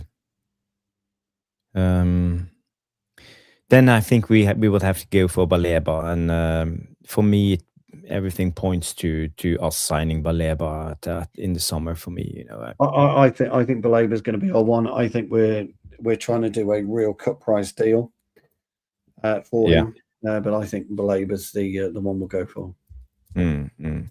This is a guy who haven't been mentioned, Anton Stach from Leeds, the German guy. I think he's fantastic. Very good player. His free kicks, his set pieces. Yeah, very good player. Very good player. And when I said players in the bracket of Sander Berge, I think Anton Stach could be one of those. I think he's very good. He's on the cheap side. And if Leeds are going down, Leeds go down, yeah, you'll pick him up. Yeah, he's decent actually. Very decent. Bilal just says, by the way, Stu, when did you realise you're not a kid anymore? Never. I'll always be a child, Bilal. I've got that mentality of always being a child, and I like it. I like it. Everyone can be too serious in life. I don't like to be too serious all the time. So I like to have a bit of fun now and again. Well, you're not a kid anymore. No, I've realised that. I've realised that. As I might just can the birthday celebrations. Thank you down. Yeah, this week I might just can the birthday celebrations. I don't know yet. I've not decided. Yeah. Or I might just have another one in 2 months' time, but not an extra year. But I might just have another birthday. Borussia Retrograd, I think that's Retro 77, coming in and say Sander Berge in Champions League would prove difficult. Well, we'll see him in the World Cup in the summer, and I think he's good enough. Yeah, I mean, he'll be there. I presume he starts, doesn't he, for Denmark? He starts. Norway. Yeah. He will. And Tonali. Well, it's a good point that because there are rumours spreading around, surprise, that he does favour a move back to Italy, isn't there? Specifically going back to AC Milan, but who knows? No, I don't. I would suspect that Tonali would stay in the Premier League. Why would you step down? To play I in the don't. Italian league? I wouldn't. I agree with you on that. Why would you go back to Italy? Okay, Hayden Hackney wiki comes in. Could be a wild card for a midfield player. Middlesbrough, I think they lost by 4 goals tonight. He was brilliant the other day, Hackney. Yeah, and then he had a poor game the game before because we watched him and he didn't have a great game that game against Coventry. But he was excellent last week. And did they were they in the FA Cup? Were they today? Leeds. They played the FA Cup against Norwich. Leeds did, yeah. So, but no, we're not about Middlesbrough. But no, I think a lot of people would take Hackney, Vic, for sure. I think there's a lot of potential there. If Carrick stays, then maybe there's potential there with Carrick to nurture him. But you'd have to get him for a small amount of money, and he'd be a bit part player. Stu, can I bring out the wildest transfer rumors I read in this weekend? Yes. Let's go for it. Let's have a giggle. Let's have a giggle. So what's your thoughts on this one? Let me bring it up. Breaking. Manchester United could make a surprise move for Kvicha Kvaratskhelia. It's from transfers.com. Yes, please. I'd have Carrick Scalia all day and every day. Tomorrow, next week, a fucking brilliant footballer. We haven't got a hope in hell of getting him, and he hasn't got a hope in hell of wanting to come to us. So an answer to that is no. And God forbid how much Carrick Scalia would cost. Carrick Scalia would cost us. That's 200 million. Yeah, so no. You're talking Neymar money. I know, it's a no. I would love him. You know that because I mentioned him a few months ago. I would absolutely love him, but no, not a hope in hell. No hope in hell. But personally, yes, I would love us to sign Kvicha Kvaratskhelia. Fantastic player. But I think he have had an off season this season. He wasn't as good as last season. He wasn't as good last season, but yeah, I mean, yeah, he's got that in his locker, and to come good at any time. He's just brilliant. Carrick Scalia. He's a fantastic player. Yes, please. But we have been linked to Marcus Tavernier. Is from the Daily Mail. Bournemouth striker. Bournemouth striker. I don't know what's your take on this guy, but there have been several reports linking us to Tavernier, and for me, is he good enough? Is he one of those hidden gems, or is he just a overrated guy who's been around the game for many years without getting his full potential out? He's never been one that I've looked at and thought, wow, I'd love him at Old Trafford. And I was watching, I know Wolves got beat the other day by Liverpool, and Bueno was playing at left back again. I thought he's the type of fullback we need. Bueno is that type of fullback we need, is what I was getting at. Yeah. And I think he's a great player. I really do.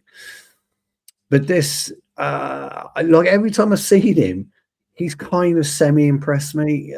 The way he moves, he's quick, he's agile, and he gets into good positions. I think it's a nothing link. I think he'll be happy to be linked with Manchester United. To be honest, I think his agent's praying, but I would say it's a no. Another weak source, Graham Bailey, comes out and say Bournemouth star Marcus Tavernier could be set for a return to North East this summer, with Newcastle showing strong interest in bringing the versatile midfield target back to the club. Yeah, better move for him. So there are agents. This is agent-driven reports on Tavernier, just putting him out there. And Man United, I think we were never in the picture for Tavernier. If it's up to me to analyze the latest. We have a super chat coming in from Bilal coming in and say, lads, can we have a Daily Jackson segment during the World Cup? Yes, we can. Yes. And not only Daily Jackson, but we need to find someone else, someone that we can talk about all through. I'll tell you what we'll do, Jarvis. I'm going to spring this on you now. There will be a Daily Jackson, a Daily Stew, and a Daily Jarvis. And the Daily Stew and the Daily Jarvis, we will have to think of something to speak at for about 30 seconds, and that's what it will be. And it can be about anything. The Daily Jarvis can be about his rental car business or what Philip's done, or it can be about anything. There'll be a Daily Stew and Nicholas Jackson, by the way, set up a brilliant counter-attacking Bayern Munich goal the other day. By the way, I just thought I'd mention that. Yeah, Nicholas. Since you put in a super chat, Bilal, we can play the Daily Jackson jingle. We haven't seen it in a while, so let's just play it.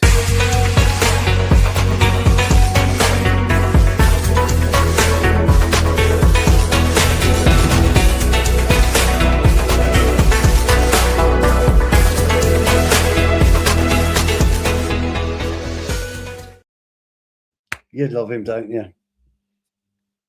The Daily Jackson. Thank you for that super chat, Bilal. And we also have another super chat coming in from Jonathan Liljenberg, coming in with a 20 Swedish kronor super chat saying dream manager is Nagelsmann. It's been for a long time. Yeah. Nagelsmann. Dude. Well, look, people love him. They do. He's not for me, Jonathan, but that doesn't mean he's not for everyone else. He's clearly got the potential. He's clearly well considered, well thought after. But I don't think he's right for us this time around, Jonathan. To be honest, I think he'll go back into club management now, Jarvis, after the World Cup. I'll say that. I think he will go back into club management. Cool. Liverpool? No.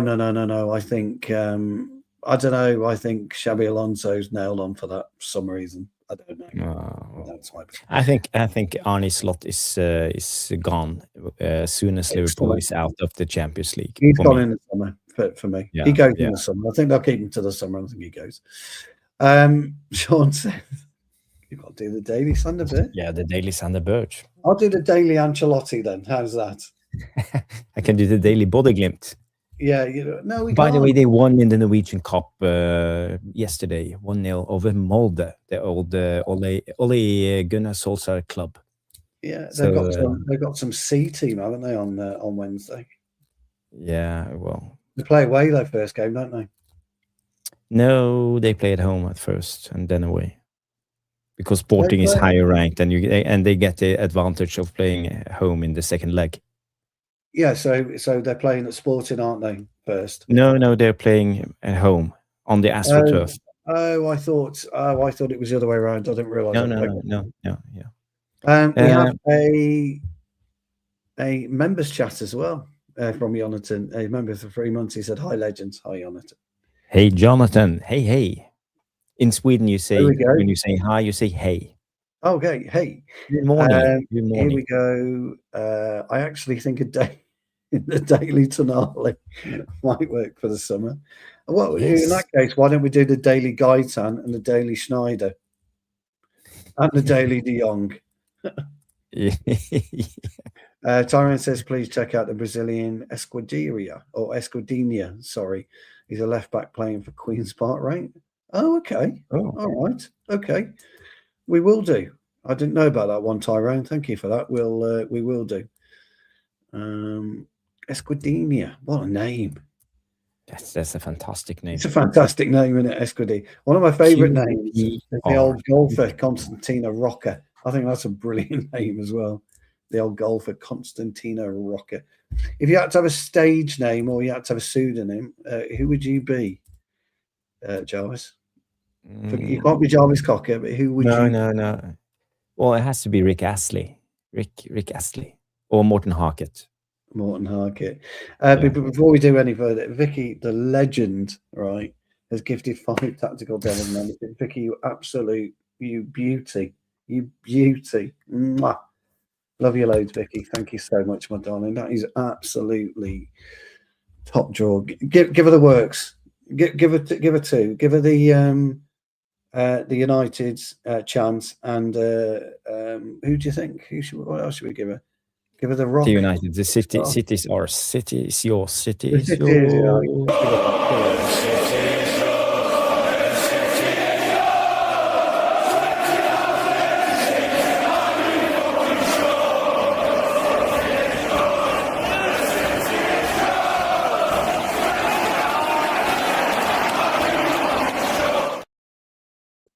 I can't get it up for some reason. I'm struggling. My phone's just. Sorry, Vicky, my darling. Just bear with it. My phone's just stopped. fucking. I tell you what. I went to get it up, but I'm not happy. I should have stayed with Apple. I'm sorry, guys. I went to Samsung and it's not worked out for me. Okay, I have them right in front of me. So the first person gifted a membership from Witterbird 84 is not Brett May. And also we have Rishi Ali Mazari, and we have long difficult names, and I don't even have my glasses on. Give me 2 seconds. Oh, crikey. I would have been in real trouble because I haven't got mine on. Jesus. I'd have been in real trouble. Jarvis, 2 old men who can't read. Segunarosia. Him. Welcome. Segun A Rosa. I'm up. Segur. Yeah, him. Anyway, yes. Him. Ghostface. Nice. He's back. Ghostface. You know, the Scream gone. Well, isn't Scream 7 just been out? But Apparently, Scary Movie 6 is coming out soon. Dear man. Oh, Home Alone. Bartek Stella as well. Bartek. Yeah, Big up Bartek Bartek. Stella. Yeah, Bartek Stella. Stella. Vicky, you are an absolute legend, my sweetheart. Thank you so much. That's absolutely brilliant. Tyrone talks about Esquadinia. Like, I love that name, Esquadinia. Okay, it reminds me of a young Ashley Cole. No, that's interesting. Can also strike free kicks from distance with which is an asset for any team. But at age 19, he will need to bulk up a bit. Okay. So he's a youngster then. Would we consider doing that because we've got Diego Leon and the other left back on loan? What's his name? Oh, Harry Amos. Harry Amos. Yeah. I wonder if his name's Harry or Harold. Harold. Yeah, I wonder if his nickname. If he was Harold is the king of Norway. He's also Harry is short for Harold. Okay. And I just wonder whether he was called Harold. And he likes Harry. By the way, I think that the Norwegian king Harold is an Arsenal supporter, if I'm not wrong. We've all got to cross the bear. Our future king is a Villa fanatic. Prince William is a Villa fanatic. Our future king. He is. Again, we've all got to cross the bear. Good for him. Good job going on. Vicky says, still think the player that's signed for Carrick, which is Hayden Hackney, will be a signing if he gets the manager role as a project. Yeah, I've got no. Yeah, I think that's a good shout, Vic, and I would bring him in as a squad player. Fight your way into the team. Okay. I'm not sure about Hayden Hackney, but I have to be honest, I haven't seen Middlesbrough enough to give a judgment. I've seen compilations, I heard good things about him, I read his stats, and from all of that, yes, he might be a good player, but I'm not convinced. That's just me. But I think I'm not saying I have all the answers. Yeah, I think he's quite solid. I mean, there was a deal to take in tips, which wasn't the last season, and it didn't materialise. It's only for about 15, 16 million or something along those lines. But it didn't materialise, so wait and see what happens. Breaking news with Jarle Malmin comes in and say, I didn't notice until now that Bryne, Holland's first club, beat Rosenborg 4-2 in the cup in Norway. I'm going to sleep well tonight. I really do not like Rosenborg. And Jarle is from the West Coast. His club is Viking. They won the league. Viking, they won the league. Came in second, and Bryne is also from that same part. Is it Viking or Viking? Is it Viking? Viking, but we say Viking. You say Viking, do you? Yeah. But it's spelled Viking. Yeah, okay. But in Norwegian you pronounce it Viking. Viking, okay. Yeah. Okay. Yeah. Well, that's interesting. It is the same. It's butcher names. In the UK, we butcher names anyway. I mean, crikey. Yeah, we're not very good. Yeah. I have some updates too, and I have one more topic I want to talk about before we wrap up. There are some links. We can talk about. Harold, Henry, and Harry are all the same. I didn't know that, my darling. Thank you for that. Does a lot of research, Vicky. Does a lot of reading. Ooh. A lot of reading. Harold, Henry. Oh, sorry. Yeah, they're all Harold, Henry, and Harry are all the same name. There you go. Yes, because you can't. You see, a guy called Henry. Is it the same as John and Robert? No. So Harry, that one I have never fully understood the link between John and Robert. Well, I don't get that one either. But Henry, you see, if you're called Henry, that's not short for anything. Harry is short for. I would have always thought Harold, but she knows her stuff. She knows her stuff. This big. She also says about Hackney, she's going for she's going for the jugular. There you go. Okay. He has more goals. Don't listen, Jarvis. Don't anger the beast. Okay. No. I Vicky knows her stuff, so I'm not going to challenge her on Vicky. I'm just saying from a humble perspective that I don't know enough about him. And that's why I can't say yes or no. Yeah. Let's have a look. What does Daz say? I don't know what fixes the club. Yeah, well, Daz, to be fair, we don't. You're absolutely right, mate. That's a fair comment. He then comes in and says, which is true. This is my fault. This is sorry, Jarvis. Patrick, Pat, and Paddy, absolutely correct. That's my fault.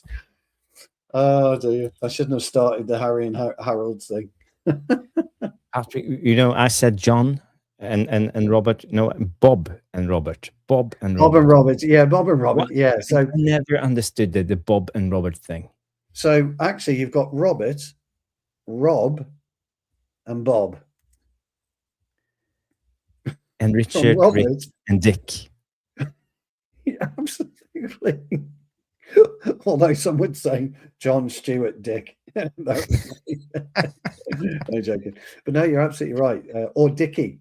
Somebody it could be called Dickie. So Richard is Rick and Dick and Rick. So you get Ricky as well from fucking hell. We could be here forever. We could be here forever. You crack me up. Yarlamin says, Bolton could get closer to the oh fucking hell, really? They're sitting third in the league, apparently. Strange to see Bolton with Wanderers behind their name. Administration, yeah, that's true. Yeah, so Bolton could, yeah, that'd be amazing to see Bolton back in the Premier League. Absolutely. Are they still playing at the Reeboks Stadium? They're still playing at a stadium. I don't know if it's called the Reebok anymore. It's probably something kind of. Okay. It's definitely. I saw someone mention Barcola, and I just wanted to bring up this news because there are some updates coming in from the Robbie, yes, coming in from the Center Devils. PSG's Bradley Barcola, RB Leipzig, Diomande, Comos, Jesus Rodriguez, Strasbourg's Martial, Gudu, and Everton's Ilman Ndiaye are all on Manchester United's agenda as they look to sign a new left winger. So we are linked to so many names, and I think the journalists are just throwing names out there, to be honest. And again, I think when we talk about PSG players, why would they sell Barcola? I think he's fantastic. I would sign him right away if available. But it's not for me, Jarvis. It's why the hell are we linked with a left winger?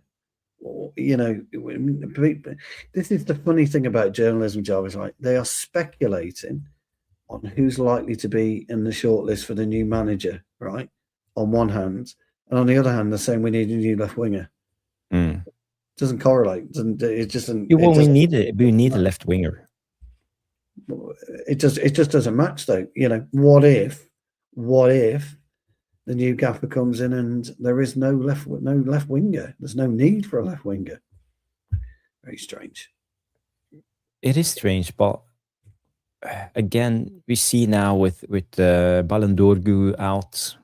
Yeah. And Cunha, he can't play a left winger. He's not a left winger. No, Cunha's a better, deeper player. I've said before plenty of times. He picks it up better.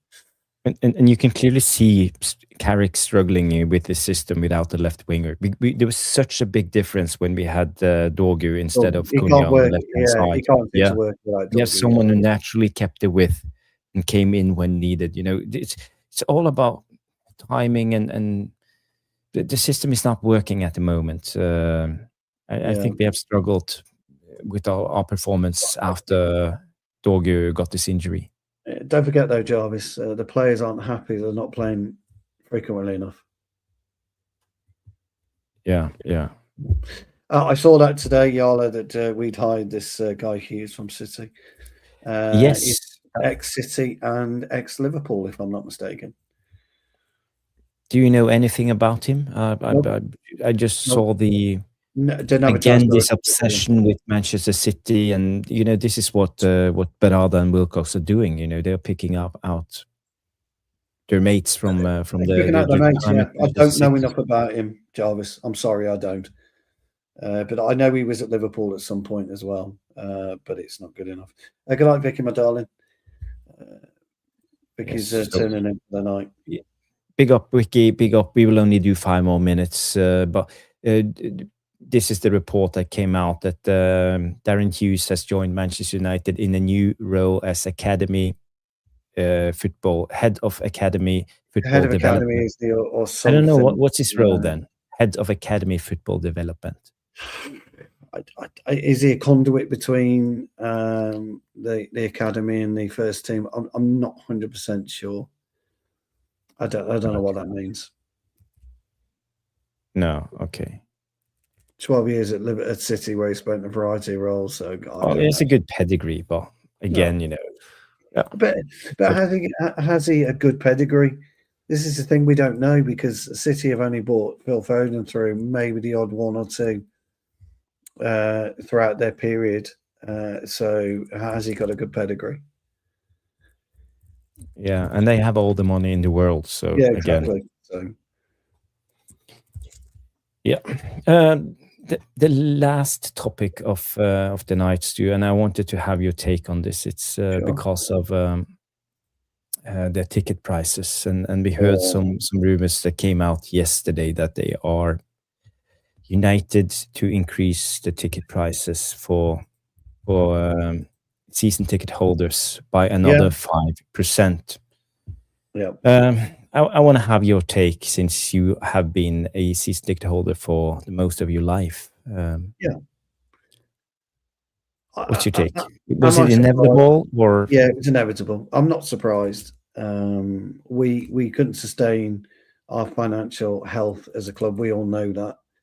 But I was very vocal 2 years ago, John, so it all kicked off, and you know I was, because you listened to me.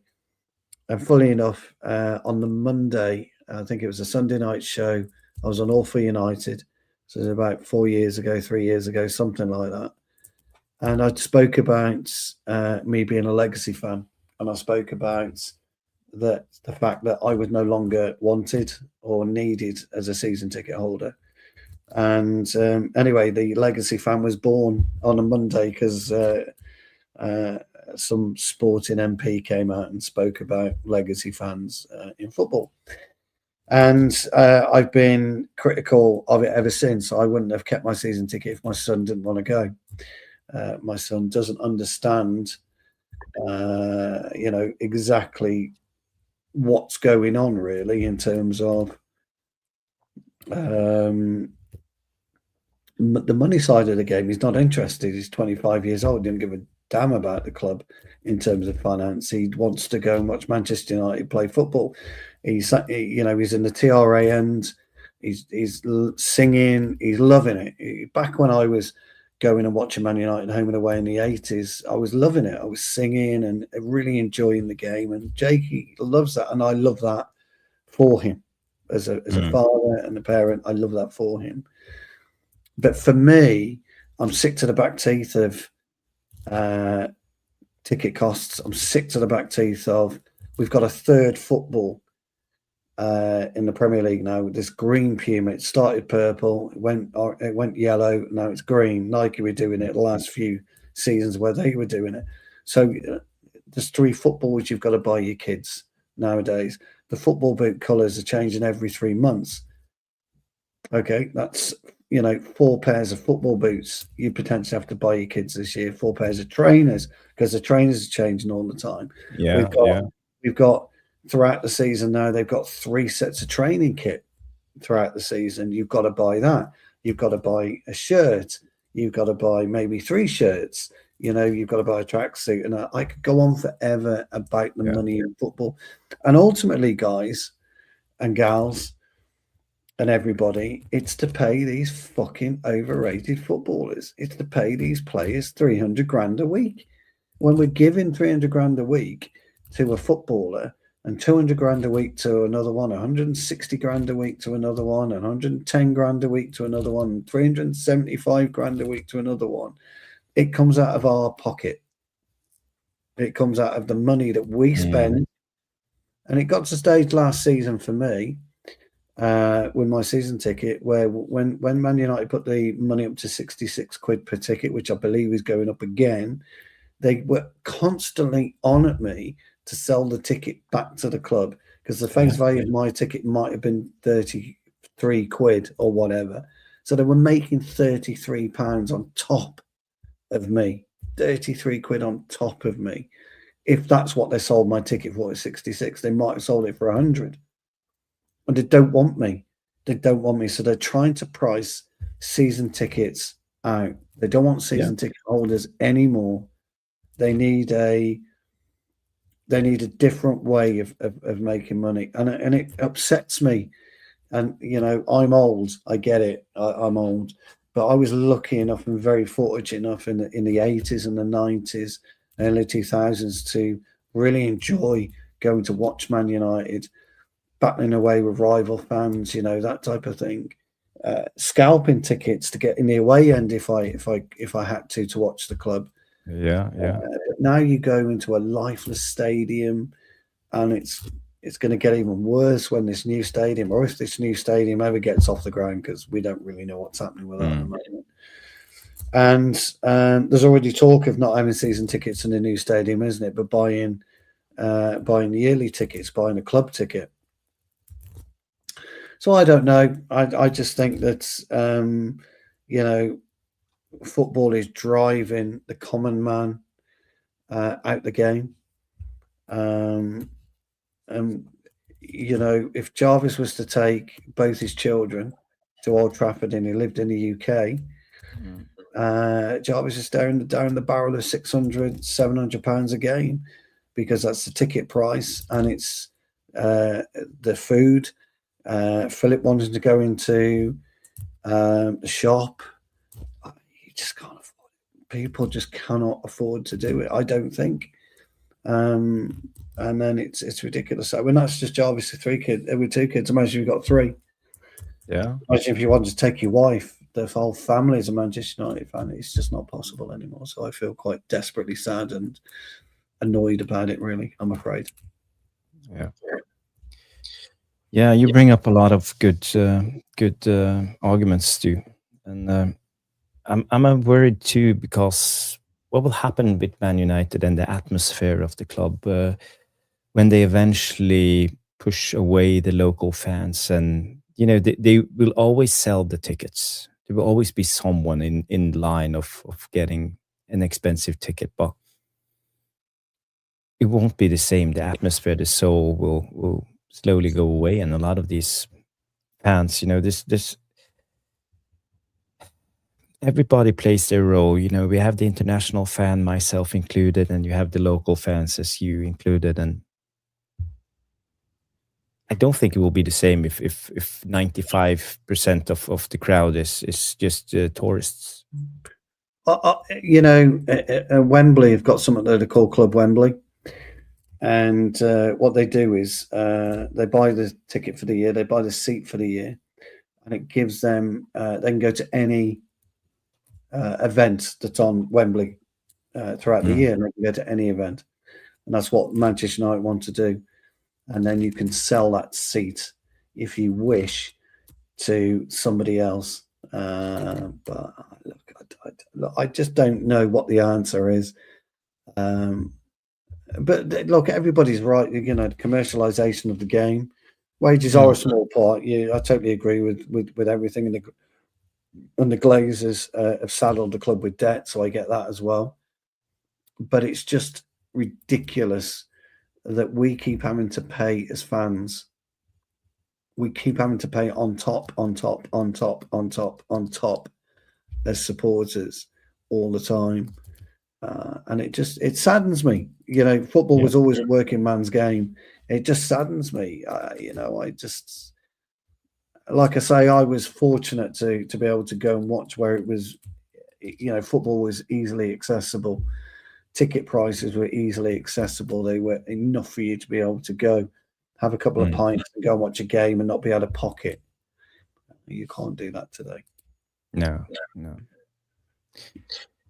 it's getting to a point where it's almost ridiculous. 15 point something in the last 2 years since Ineos came in, and you know the prices are only going to get more expensive. I think this is a good. Sorry, Jarvis, but I wanted to. I think this is a really good way. But what do you call a top player now? what is a top player? Well, if you compare to Haaland, to Messi, to Ronaldo, when it comes to weight, are we talking about wages? I think what King Carrick's talking because about. Now I think the 300 is not even top anymore. We are talking 400, 500k. But for the very best. Yeah, but what now is a top player? I mean, what do we constitute as a top player? Somebody who gets 20 goals a season, 30 goals a season, somebody who does 50 assists a season. I don't know what a top player is anymore. Because are you telling me that any of our players performed at any level at Newcastle? Yeah. So what is a top player? I don't know. I mean, there are a lot of brains out there, well more educated than I am, that can tell you what players are worth, because they've got an algorithm or a calculation that states what a player is worth. When they're going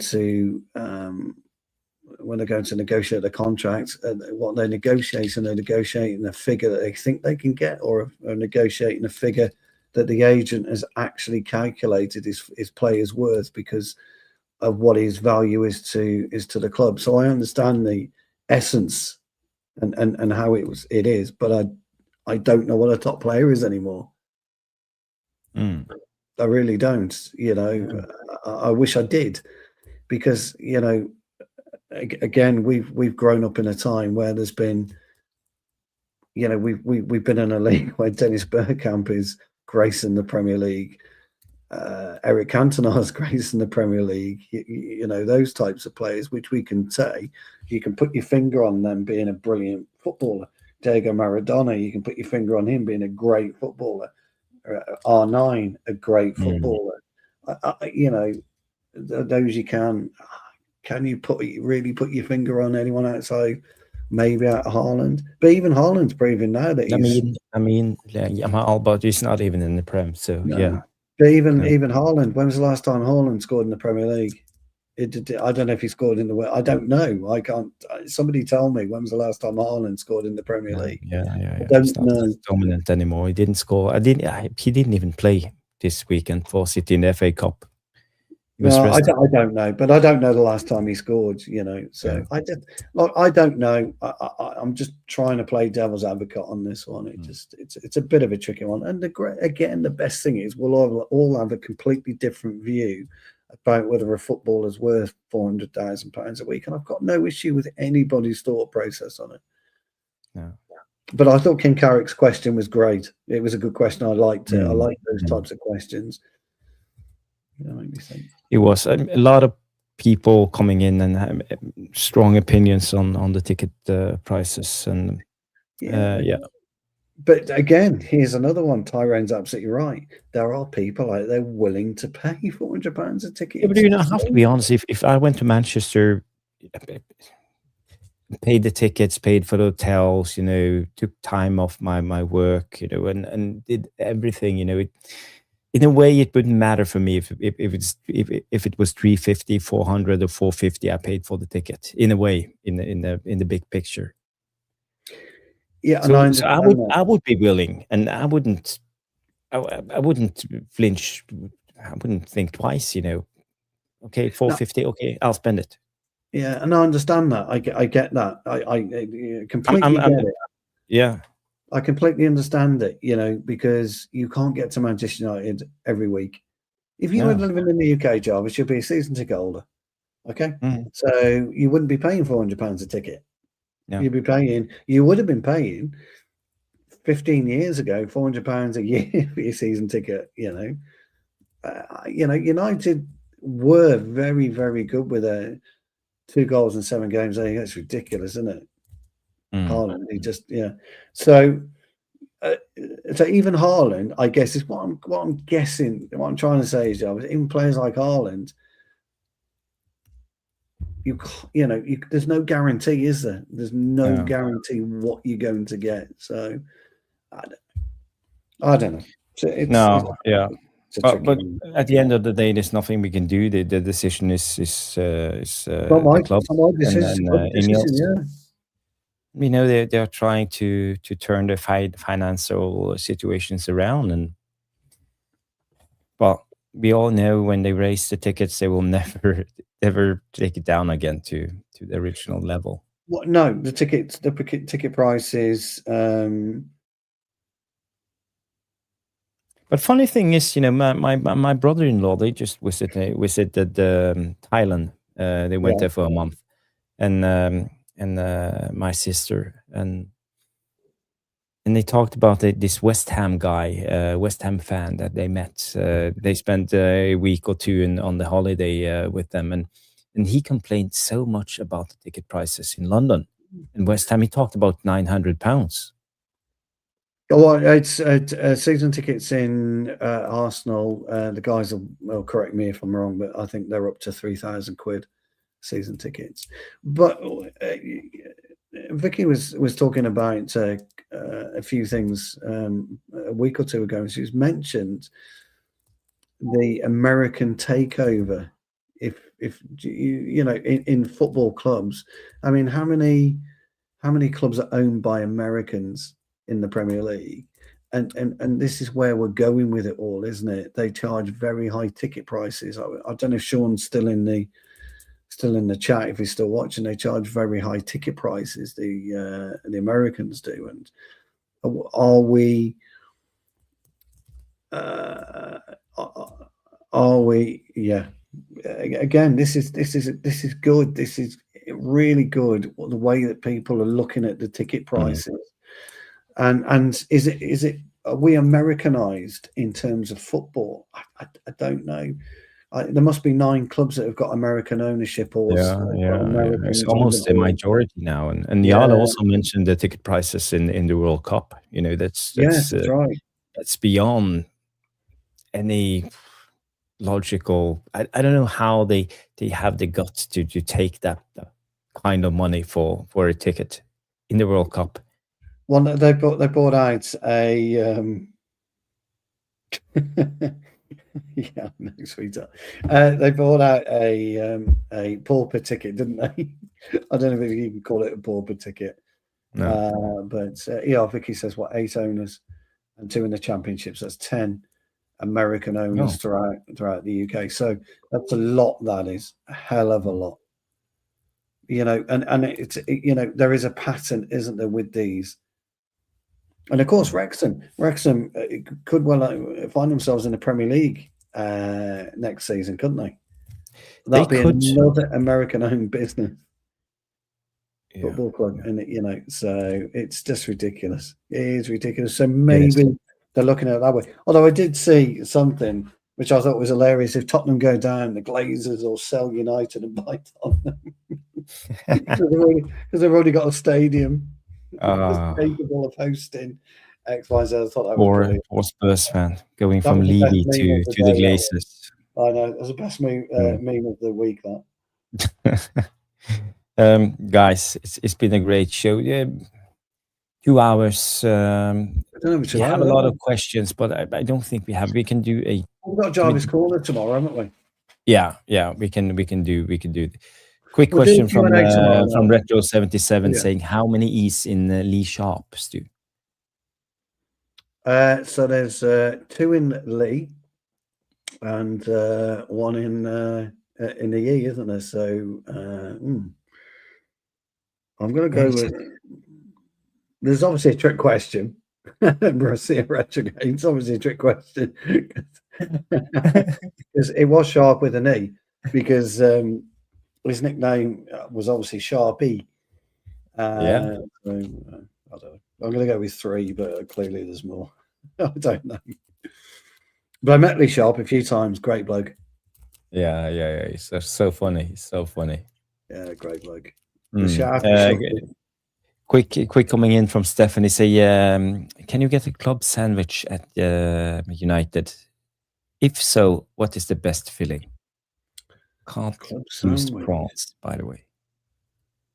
Can't use prawns, but a club sandwich. So for me, the best filling is always beef.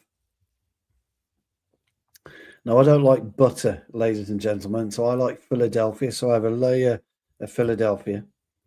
I like then a layer of beef, some white onion, not much, just a couple of slices of white onion, some grated cheese, and a little bit of lettuce.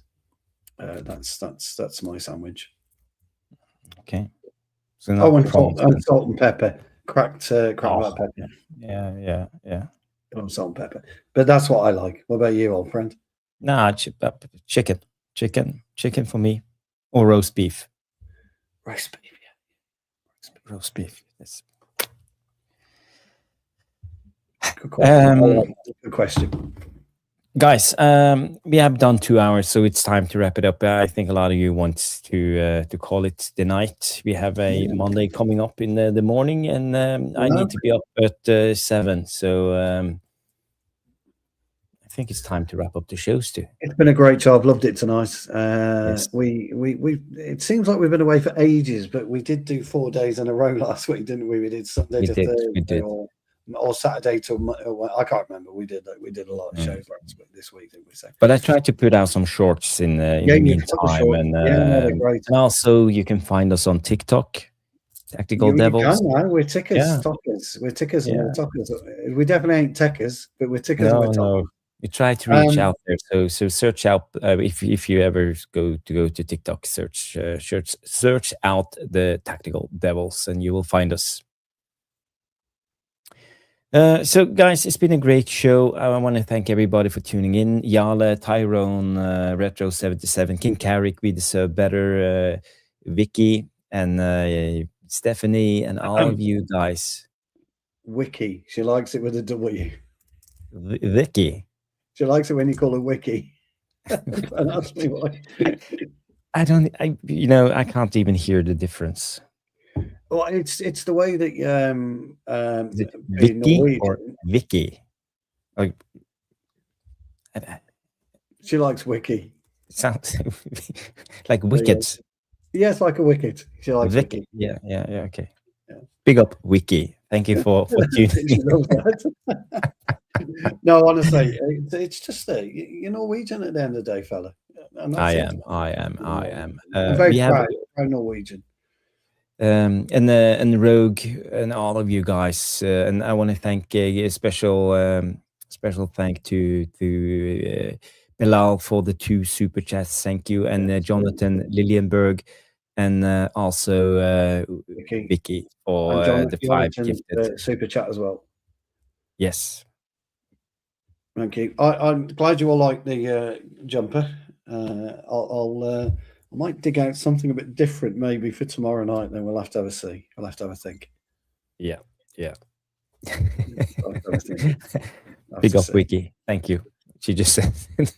Did she? What she said? No, there was nothing. She just apologized and said that she liked my accent. Yeah. No, she didn't. Yes. Funny.